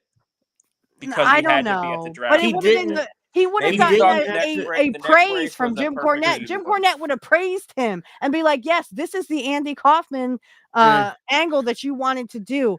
Carry him out on the gurney. Make sure that that's the only reason I can think of why they didn't do it, because they didn't want to oversell it because they knew he was going to be on TV the next day." Yeah, this but guy. I mean, again, I don't know though. He could be on TV, but with the neck brace. I'm reaching him. Like I said, maybe he thought the neck brace was a nice, comfortable medium, but I don't know. Like I said, I'm reaching to try to find a reason. Yeah, none of us know what's in his head, but would have gotten him praise if he had gone the whole way with this. I agree. And just taken it to the next extreme. So you call in the ambulance, you have the father, oh my gosh, my son, oh my gosh, and have his dad sell it too. I mean, that would keep up kayfabe. But again, kayfabe doesn't matter anymore. So why do the neck brace when you weren't even trying to do that anyway? They should have done the stretcher job. They had to do the neck brace. They had to do the stretcher job and have Shad, the dad, walk him out with him into the ambulance and go in the ambulance with him and leave. That's how the show should have wrapped up. Like, oh my God, I'm going to go to the hospital with him. I'm going to be, that's I'm how going to be the concerned, Khan closing the concerned father, Yeah. Just like I would have praised it. And then update people the next day at the draft. Say it was a close call. I'm lucky, Tony's lucky to be alive and blah blah blah. And say that they were just being precautionary. Right. Yeah, there really was no reason not to do the stretcher spot. Do the thing because you could have explained that. Oh yeah, I don't know. Yeah, I'm just glad. Vince did with Shane. He was like, "Oh, I'm a concerned parent. I'm Shane's dad. Blah blah blah." And same thing that Shane did for Vince. The show should have ended with Shad Khan shutting that ambulance door, driving the fuck off. If they would have done that, I would have said, I don't like the Elite. They're not over, but this is good. This is a good start to this angle. But they didn't do that, so it's like, No, they didn't go all the way with it. Yeah. Tony Yayo Khan, they should have turned him heel on television and make him a coked out, spoiled rich kid playing with his daddy's money. Exactly. Like I said, they should lean into all the criticisms. Well, Tony should. They should have done it right the first time. Because now this is just a debacle. This is a negative one, which, but this is what's wrong with the IWC. They post a video and provide a narrative that doesn't fit the video. Tony Khan was aided from the ring all the way to the back by staff. In no way did he walk off from his own cord, which is implied by stating it buried the butt. This is classic excuse making. Yeah, it's an excuse. He walked off after I think he knows you're right, but still thinks he's making excuses. Defend AEW. Yeah, he has doesn't really matter. I think he knows you're right, but he's like, I can't let anybody. Trust me, VX. This is not Stone Cold. Yeah. Tony Khan wishes he had a Stone Cold, but that would be the entire angle right there. If they could find a Stone Cold Steve Austin, if they can find their Stone Cold Steve Austin, they probably could beat WWE in their all ratings. Over the place. So this guy also attacks me. Moron thought he could bury it this moment. Dude, it's already got viral. You can't do anything to bury it.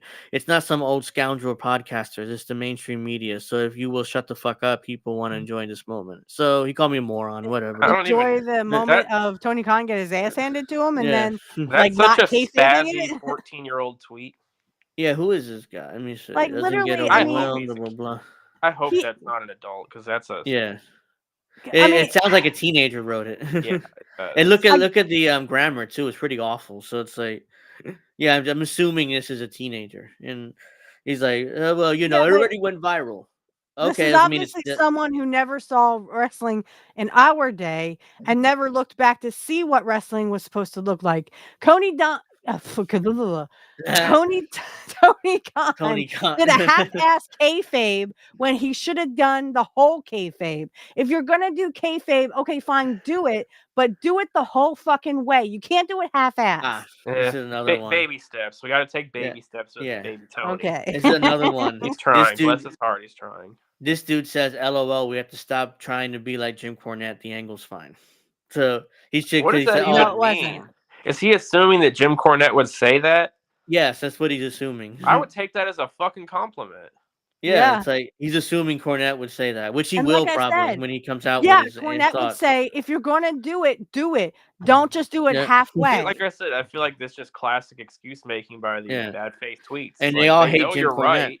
They know they you're all right, hate Jim but they Cornette can't too. give an inch. They can't ever say that anything's bad. Showing how weak that move is. Yeah, I mean, just burying the Elite's kind of buried finish. the move a little bit, but yeah.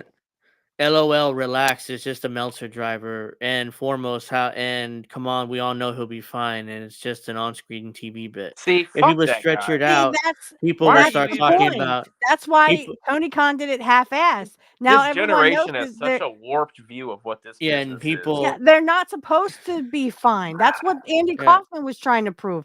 Oh no, I got hurt because of a wrestler, blah blah blah. Ironically, I didn't know wrestling was real, but now I know it's real. And he would use the again, Tony, this is what happens when Tony does it half-assed. This is you need to go all the way with kayfabe or don't fucking do it. Ironically, he says people will start talking about how unsafe the workers are with their boss. LOL. Fragile ass people today. He was fine. It was great TV. So he's calling us people like me fragile because I dare criticize this angle.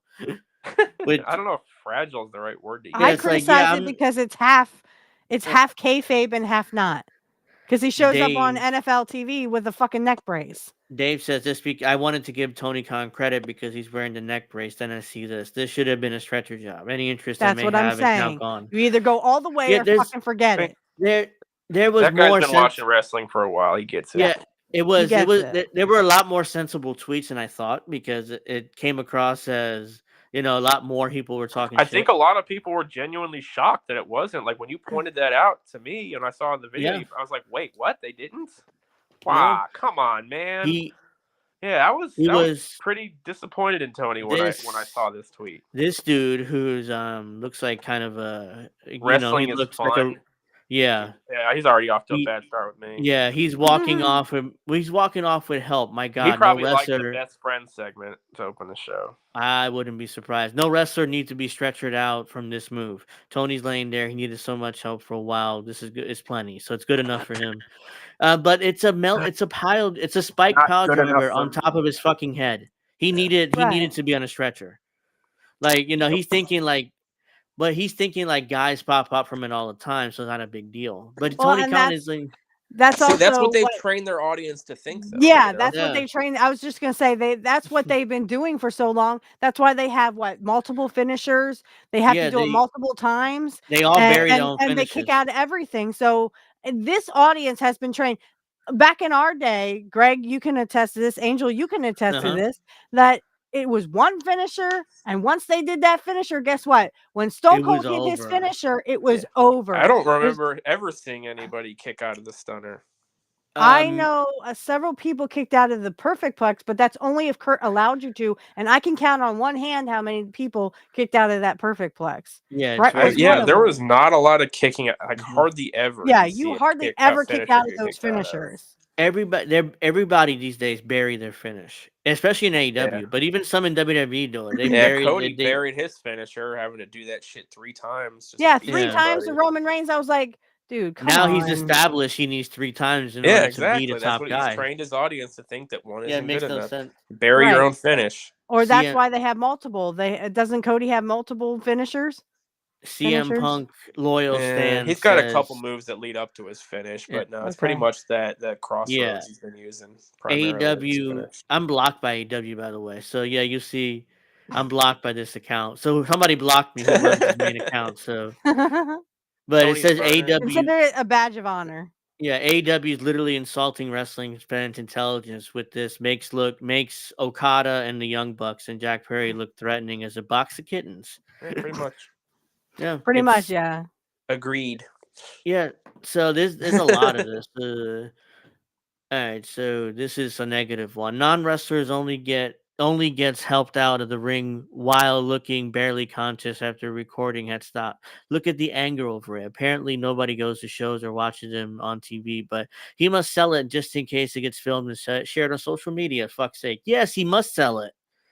People are going to upload it to the internet, so he has to sell it properly. This is this is just like we're gonna do the Tony CM Punk thing, and Greg, you thought CM Punk was lying about something. Oh, by the way, CM Punk wasn't lying, but then he's like, oh, I copyrighted. Don't look at our bullshit. Mm-hmm. Come then on, this guy stop says, it. this moron says, delete your account. You're providing nothing of merit to the conversation. So actually, we are. That's a typical AEW freakazoid right there. Yeah. Like, I'm sorry. You need to delete your account and stay He's the fuck one off of the Zoids. stay the fuck off of wrestling websites, because we know what the fuck we're talking about. This is not how wrestling should look. This guy Go says, look up some Andy Kaufman stuff from the 1980s. Yeah, this guy says, I love Do your fucking research. Sorry, I Angel. love the segment, but I do think a stretcher job should have been done. At least this is sensible. He liked it, but okay, that's fine. No problem. You liked it, but yeah, this is definitely a stretcher job. And trust me, Tony Khan has billions of dollars. There's no reason why they couldn't have a stretcher or an ambulance there. Because it's a good tweet, Let me. Yeah, I just don't feel like this show was kind of thrown together. It felt like, and there wasn't a lot of attention to detail in the show. I mean, from the fucking sound being fucked up to the way the card was structured, the way the matches were structured, the way that one match just popped out of thin air. Sorry. It was all thrown together. So I mean, it doesn't surprise me they didn't pay attention to detail. This person says, you MFers complain about everything. Guaranteed if you wouldn't stretch it out, you still would have complained about it. No, I wouldn't have. No, I would. Because he would have gotten that's the only thing we're complaining by Jim about. Cornette. Jim Cornette would have complimented Tony Khan and said, you stretched it out, you used the Andy Kaufman neck brace thing. That was good wrestling. That was good storytelling. But this is half-assed and it's bullshit. Yeah. No, I would have was half-assed. I would have said, oh my God, Tony Khan did something right for once. Yeah. I would have praised Tony Khan. You, dude. Like, this was the wrong show to half-ass, man. If they're gonna have such a big angle on it, all right, bring back kayfabe. This chick says is young. Obviously, she says this guy stinks. Can't make everybody happy with an emoji there. So she's a teenager. Yeah. So and this guy's good contribution to the conversation. Look, little Miss Stephanie, who shares my name. Look, honey, you stink because you don't do your research and you don't know what old wrestling used to look like. Look, tweet. Chickie, I wasn't born in the 1982s or 83s or 84s, but I fucking know what happened back in fucking Portland and AWA, and I wasn't even fucking on this planet yet. Read that one, Angel. Sorry. Even though I retweeted this, but it's kind of a criticism to me, though. The move was done by guys barely his size, and the flip barely touched him. He could have sauntered off for all I cared. And I'm like, okay. And you know what? He's not even wrong. He's not even wrong, but still, I mean, I retweeted it, even though it's kind of a criticism towards me. But again, I think that's the guy who hates the Young Bucks. If you're going to have Vince McMahon, you're going to have a Stone Cold Steve Austin, too. You got to have your Stone Cold Steve Austin. Make-A-Wish version of all that. It's a bunch of little kids acting out what they saw. No offense, I did see that Make-A-Wish that Triple H did. I actually like that one. I was like, oh my gosh, that's so cool. This guy says this is their attempt at storytelling. Reminds me of a story a second grader would write. Jack Perry raised his hand. Jack Perry hit the guy. 3 guys come up for no reason, beat him up, but it's okay because he had the magic get up stone. The end. Tony Khan, do us a favor, go away. Right. Yeah. And that's exactly what Jim Cornette is going to say. This is exactly what Jim Cornette is going to say. You had a great story here. You could have told it and you half-assed it. Now, no one's going to believe your bullshit. No one's going to believe that you need a neck brace. No one's going to believe that shit. This guy says their stories are so basic. This guy with I guess this is I'm with AEW. Okay. So I walk off, he's being carried. Again, he's not being who cares? He needs that's to be an excuse, man. You're just making excuses for a mistake they made. Like that's all they're doing. This person sent out a Shawn Michaels crying emoji or a picture fuck Shawn from Michaels. WWF. No offense, Steve, but fuck Shawn Michaels. Shawn Michaels lost his smile because he was into heavily drugs. Nobody ever thought that guy was going to be a great champion in the first place. And he literally spiraled out downwards just like Brett and Jim Cornette said he was going to. Because he's a fucking idiot. Angel. So go fuck yourself with your fucking crying bullshit. You tagging me in this tweet, every time I open Twitter, I had the +20. It's from you tagging me in this original tweet. I didn't know this tweet would go viral. Every time I open Twitter, I was like, God damn, this thing is going crazy. I didn't know it would go viral. I wanted you to see it. That's why I tagged you. But I didn't mind it at all. I was like, damn, fucking, this shit's blowing up. I didn't know it would go viral like this. Fake and so dramatic, honestly. I don't know whether it's referring to me or referring to the angle, but... Well, so that's why the angle, mostly. I would guess the angle. Yeah. Angel, you're not fake. I can see you. You look real to me. Yeah. So let's see. 1 step forward, 2 steps back. 2 steps back. That's what I said, man. Did that say something, DiBiase? And the 2 steps back was the fucking next day when he made that stupid fucking comment about Harvey Weinstein for no reason. Right. Oh, that guy has me blocked. Oh, I bet $20 he shows up with one. You're sure? Somebody quoted my tweet in his response to him. I don't think so, Bad Cookies. Kurt Hennig was the greatest wrestler ever. Nobody beats Mr. Perfect. Nobody. Michaels, blah, blah, yeah. I'm sorry. Maybe Bret. Let's see. Maybe Bret was great, but he wasn't perfect. Selling how the Bucks. That was good. I like what you did there. Great, but he wasn't perfect. That was good. This person tagged Jim Cornette again. Jim Cornette, instead of they just fought off, I'm hearing your voice saying, and then they just walked off. That's That's exactly what they literally had.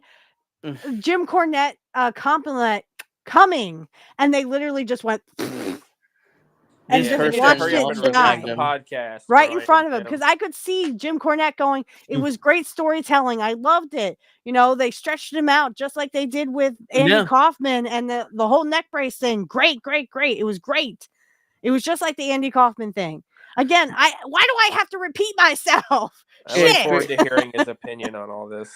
Right, I can hear it. I can hear it. Right, I can't do the Southern accent. I'm sorry, I can't do the Southern accent. But you know, if you imagine, he'd be like, "It was great storytelling. It was just like when I was there for the Andy Kaufman thing." I can't do the accent. Sorry. Somebody also tagged Brian Solomon in this tweet. Apparently, he's a wrestling writer too. So yeah, he's been on. Works with Brian last. Yeah, when Brian last was I off, remember. He was like sick or something. Yeah, Brian Solomon was.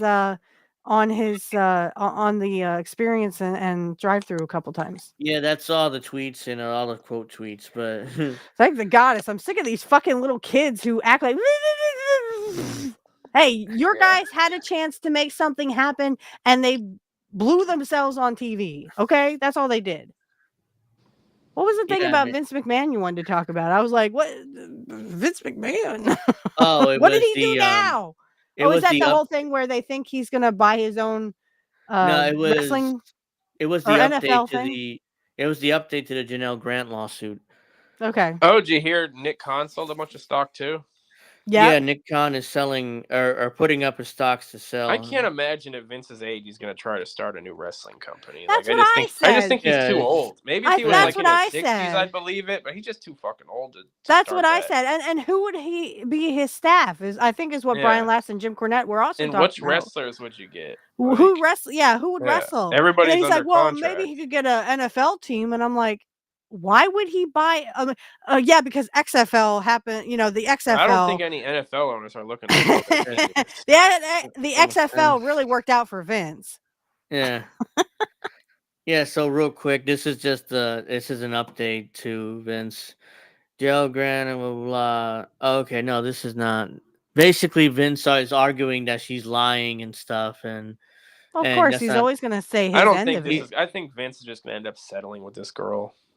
Yeah, she's lying. He did some of it, but I think she was a willing participant. Basically, the gist of it is he wants her to go to arbitration because it's an arbitration clause in the NDA instead of going through federal court. So, I think he did what he did, but I also think that she was a willing participant. For everybody, she probably started off that way. Definitely. Yeah, definitely. Yeah, especially with Johnny Ace. So I've really kind of stayed away from all that stuff because I don't really like to. It's kind of hard though because but it's kind of hard because he did have WWE, you know. Like none of it surprises me. If you tell me Vince was like, you know, a sex pest, I wouldn't be like, what? You know, like none of that. Yeah, I'm not surprised. And like I said, I wouldn't be surprised if he had something to do with Jeffrey really surprises me. I'm just gonna let it play out. I'm not really on one side or the other. Tony Khan is ridiculous. He's speaking to the NFL Network, I'm not going to play the clip. I don't want to risk it. But Tony Khan spoke about AEW's chat status as a challenger brand. He also called WWE not even in their league.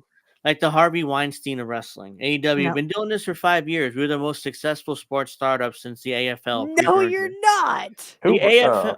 And what happened to the AFL? Oh, that's right. They merged with the NFL. So that's it got bought up by its bigger and better.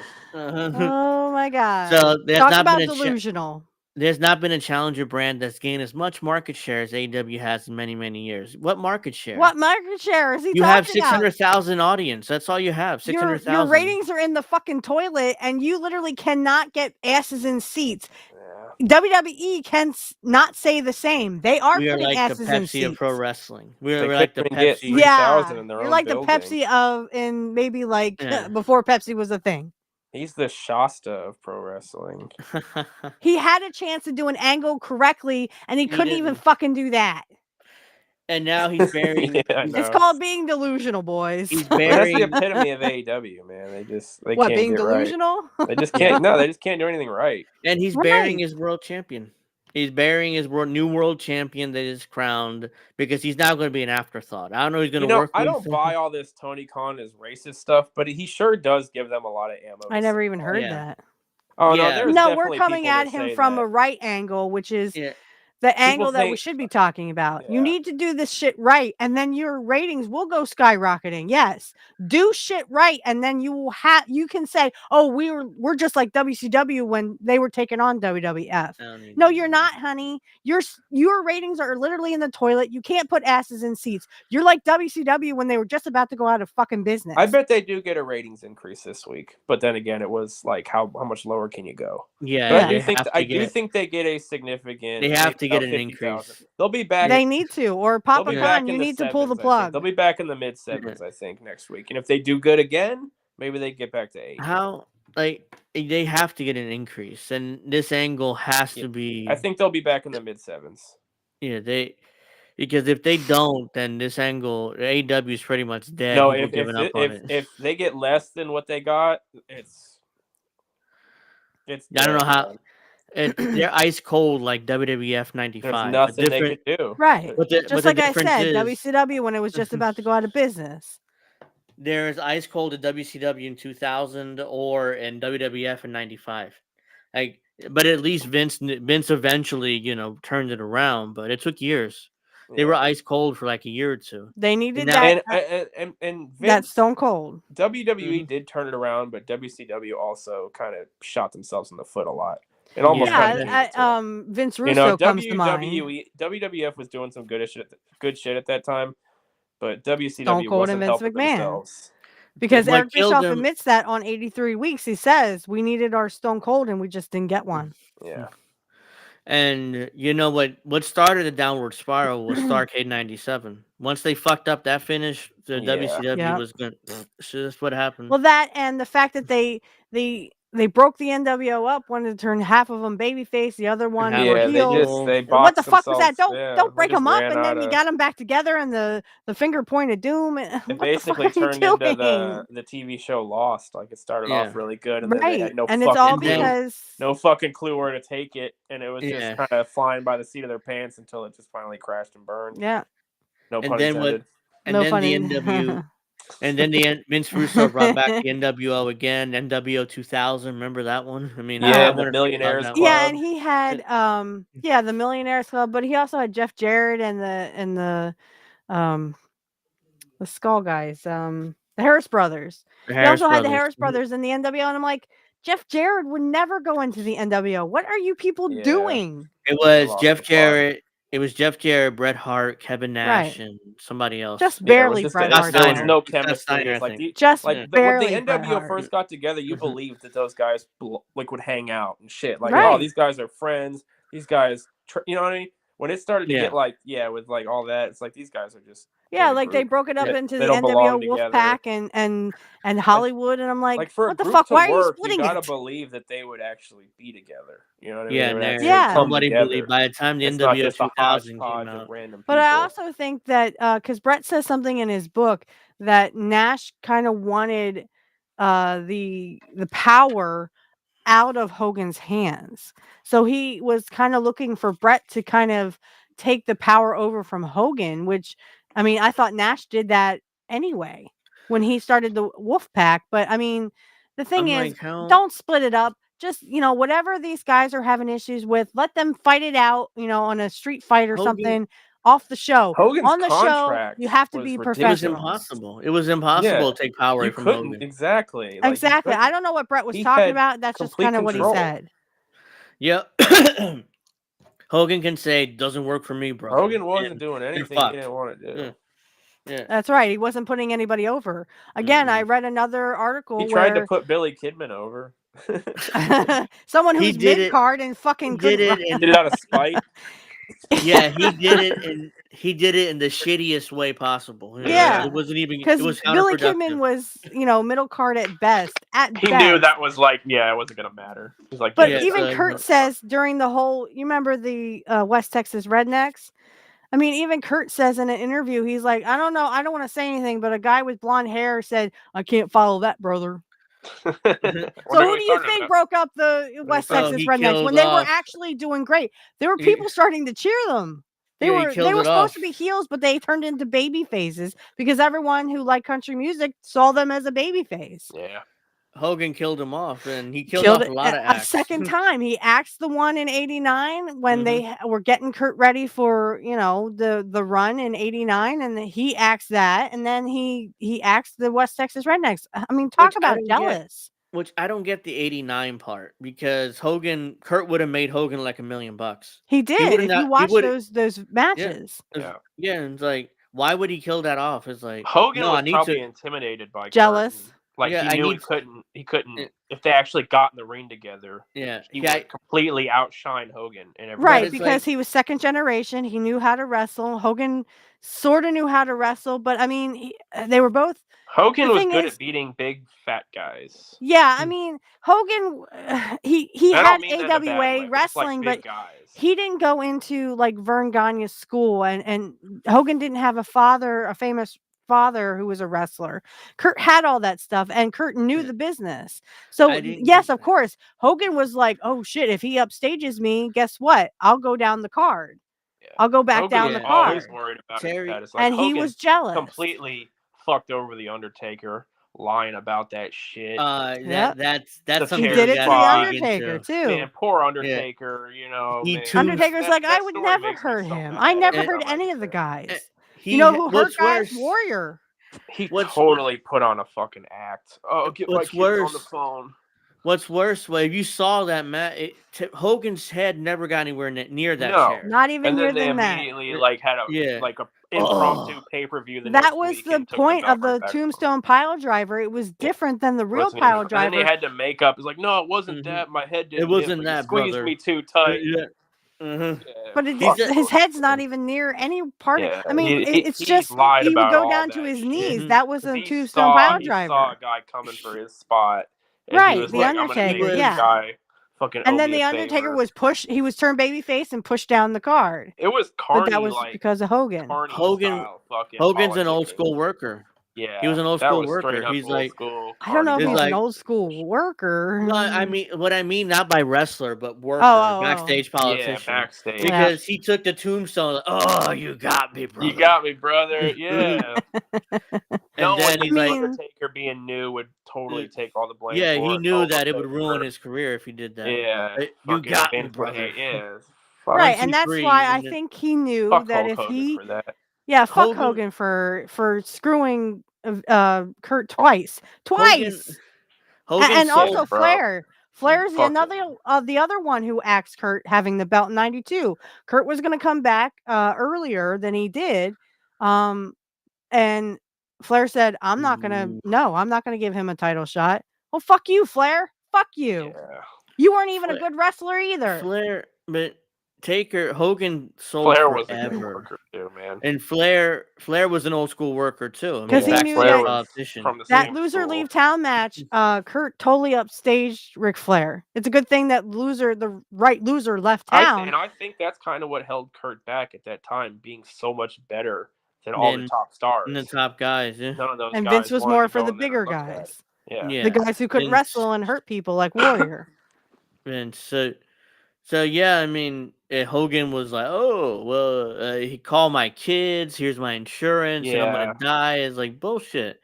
I mean, Hogan I saw it in. Hogan took the stretcher. Hogan did. Yeah, he got the stretcher spot. It's like he's an old school worker. Hogan even he's went in the stretcher. Well, yeah, he's an old school worker, kayfabe guy. He you have to give it to him there. You have to give it to him there. He was definitely a kayfabe guy, though. He wanted to fuck Taker. That's all it was about, and it worked for a while, for a little bit. But he also knew that if you took what the Undertaker had to give you and you walked away from that instead of the stretcher thing, I mean, he knew that would be bad kayfabe. So even Hogan knew the limits of kayfabe. To the bullshit, he had to go all out with it. Yeah, he had to go all out with it. And he did. Yep. And he still lies about it to this day. Like his his story has changed like 5 different times. He actually told people that him and Mr. Perfect were like this in he's one of the WCW. biggest liars. Yeah, we can do an entire episode breaking down Hogan's lies. Yeah, you're not it won't be enough. It wouldn't be enough. You know, after 2 hours wouldn't be enough. Some crazy fucking lies. I know. Harley Race sets the ring on fire. I mean that I was like, I don't see Harley Race doing that. Making up that whole story about the Make-A-Wish kid when he wasn't even in Wembley. Oh yeah, he wasn't booked in the UK. He could smell death. He made up this whole elaborate story. What? Like, bro, you weren't even there. Well, if he was dead, then why did you? Why did you? Why was he talking? I knew he was gonna die, but I got him front row seats just in case. I got front row seats, even though he passed away before I wasn't even fucking at. That was SummerSlam. That was SummerSlam '92. He wasn't on the card, and it wasn't on the UK. Yeah, Bulldog and Brett main evented. Oh my god! So, and Hogan's the fucking lies that guy told. We could do an entire episode. I would have to look. If somebody made a list, I would go through that entire list. It's fucking crazy. I hope he doesn't lie about Kurt, but he did lie about Kurt one time. He's like, he's in heaven with Mr. Perfect. I went, don't say Mr. Perfect's name because you literally fucked him over twice. And now me and Kurt we were like this in WCW. I was like, what? I'm sure you weren't. I'm sure you weren't, man. He'll make up fucking anything, man. Oh, because they had an angle together where, like, well, that was Hulk Hogan saying that. That wasn't Terry Bollea saying that. So he's like, he's remember the lie where he tried to say that Hulk Hogan's dick was bigger than Terry Bollea? Yeah, Hulk Hogan's a lying piece. I'm like, are you going to measure both of them? It's like Hulk is. We got to do an episode breaking down his lies. Because it's hilarious. I didn't mean to go all gross or anything, but seriously, I mean, it's like, that would track, are you gonna bring your dick out and then do like a limp dick and then get yourself hard and do a bigger dick? So Hulk Hogan has a bigger dick than Terry Bollea. I don't know. I'm sorry. I don't want to. No, like I said, I don't want to gross you out or anything. No, we do have to wrap up. We'll kind of awkward. One. Yeah, I got to put my son to bed. Yeah, we do have to wrap up. But time flies with y'all. Yeah, it's a good conversation. I hope everybody enjoyed among friends. Chat. Yeah. Hope everybody enjoyed in the chat. Hopefully we'll get D next week. I mean, unfortunately he wasn't here. But yeah, we'll see. I want to hear his opinion on what happened on Wednesday. But I'm excited to see what happens this Wednesday. Yeah, we'll see. We'll talk about it next week. But I'll be happy to hear Jim Cornette talk about it. Yeah, I want to hear Jim's opinion on. I can't wait to hear Jim's opinion. We love you, Jim Cornette. Gold. It's hilarious. and Brian so many more moments because of this angle. You can't leave out Brian last. We're sorry, Brian. Let me see. Did he upload on this? I got my popcorn ready. Not yet. I haven't. Well, I'm ready for this. Jim Cornette reviews announcing Tony Khan will meet with Jack Perry on Dynamite. That was the announcement. So Brian's uploading them right now, then, huh? Yeah, see that he's uploading them. I think he's uploading it right now because I heard the no audio. Yeah, that's the only. They were talking about the no audio earlier. He released the full podcast. He's giving us little snippets. I know. Little I'm like, stop doing this. I just got done with the experience, and now you're just I think you do this just to piss me off. Yeah, Brian's uploading him now, so I guess we'll get it tonight or tomorrow morning. His thoughts on what happened. So yeah, remember everybody. Nobody beats Mr. Perfect. Nobody. Check me out. Kurt Hennig was a best. Those links in the description. Steph is mute. You're mute, Steph. But yeah, we have to wrap up now. So yeah, we can't hear you. Steph. Oh. All right, here we go. It stopped. Hold on. Yeah. Got bad signal. How's that? Yeah. I can hear you. All right. Well, Okay. we do have to wrap my up. son Hope came in, and then it said my microphone disconnected. I don't know. I'm sorry.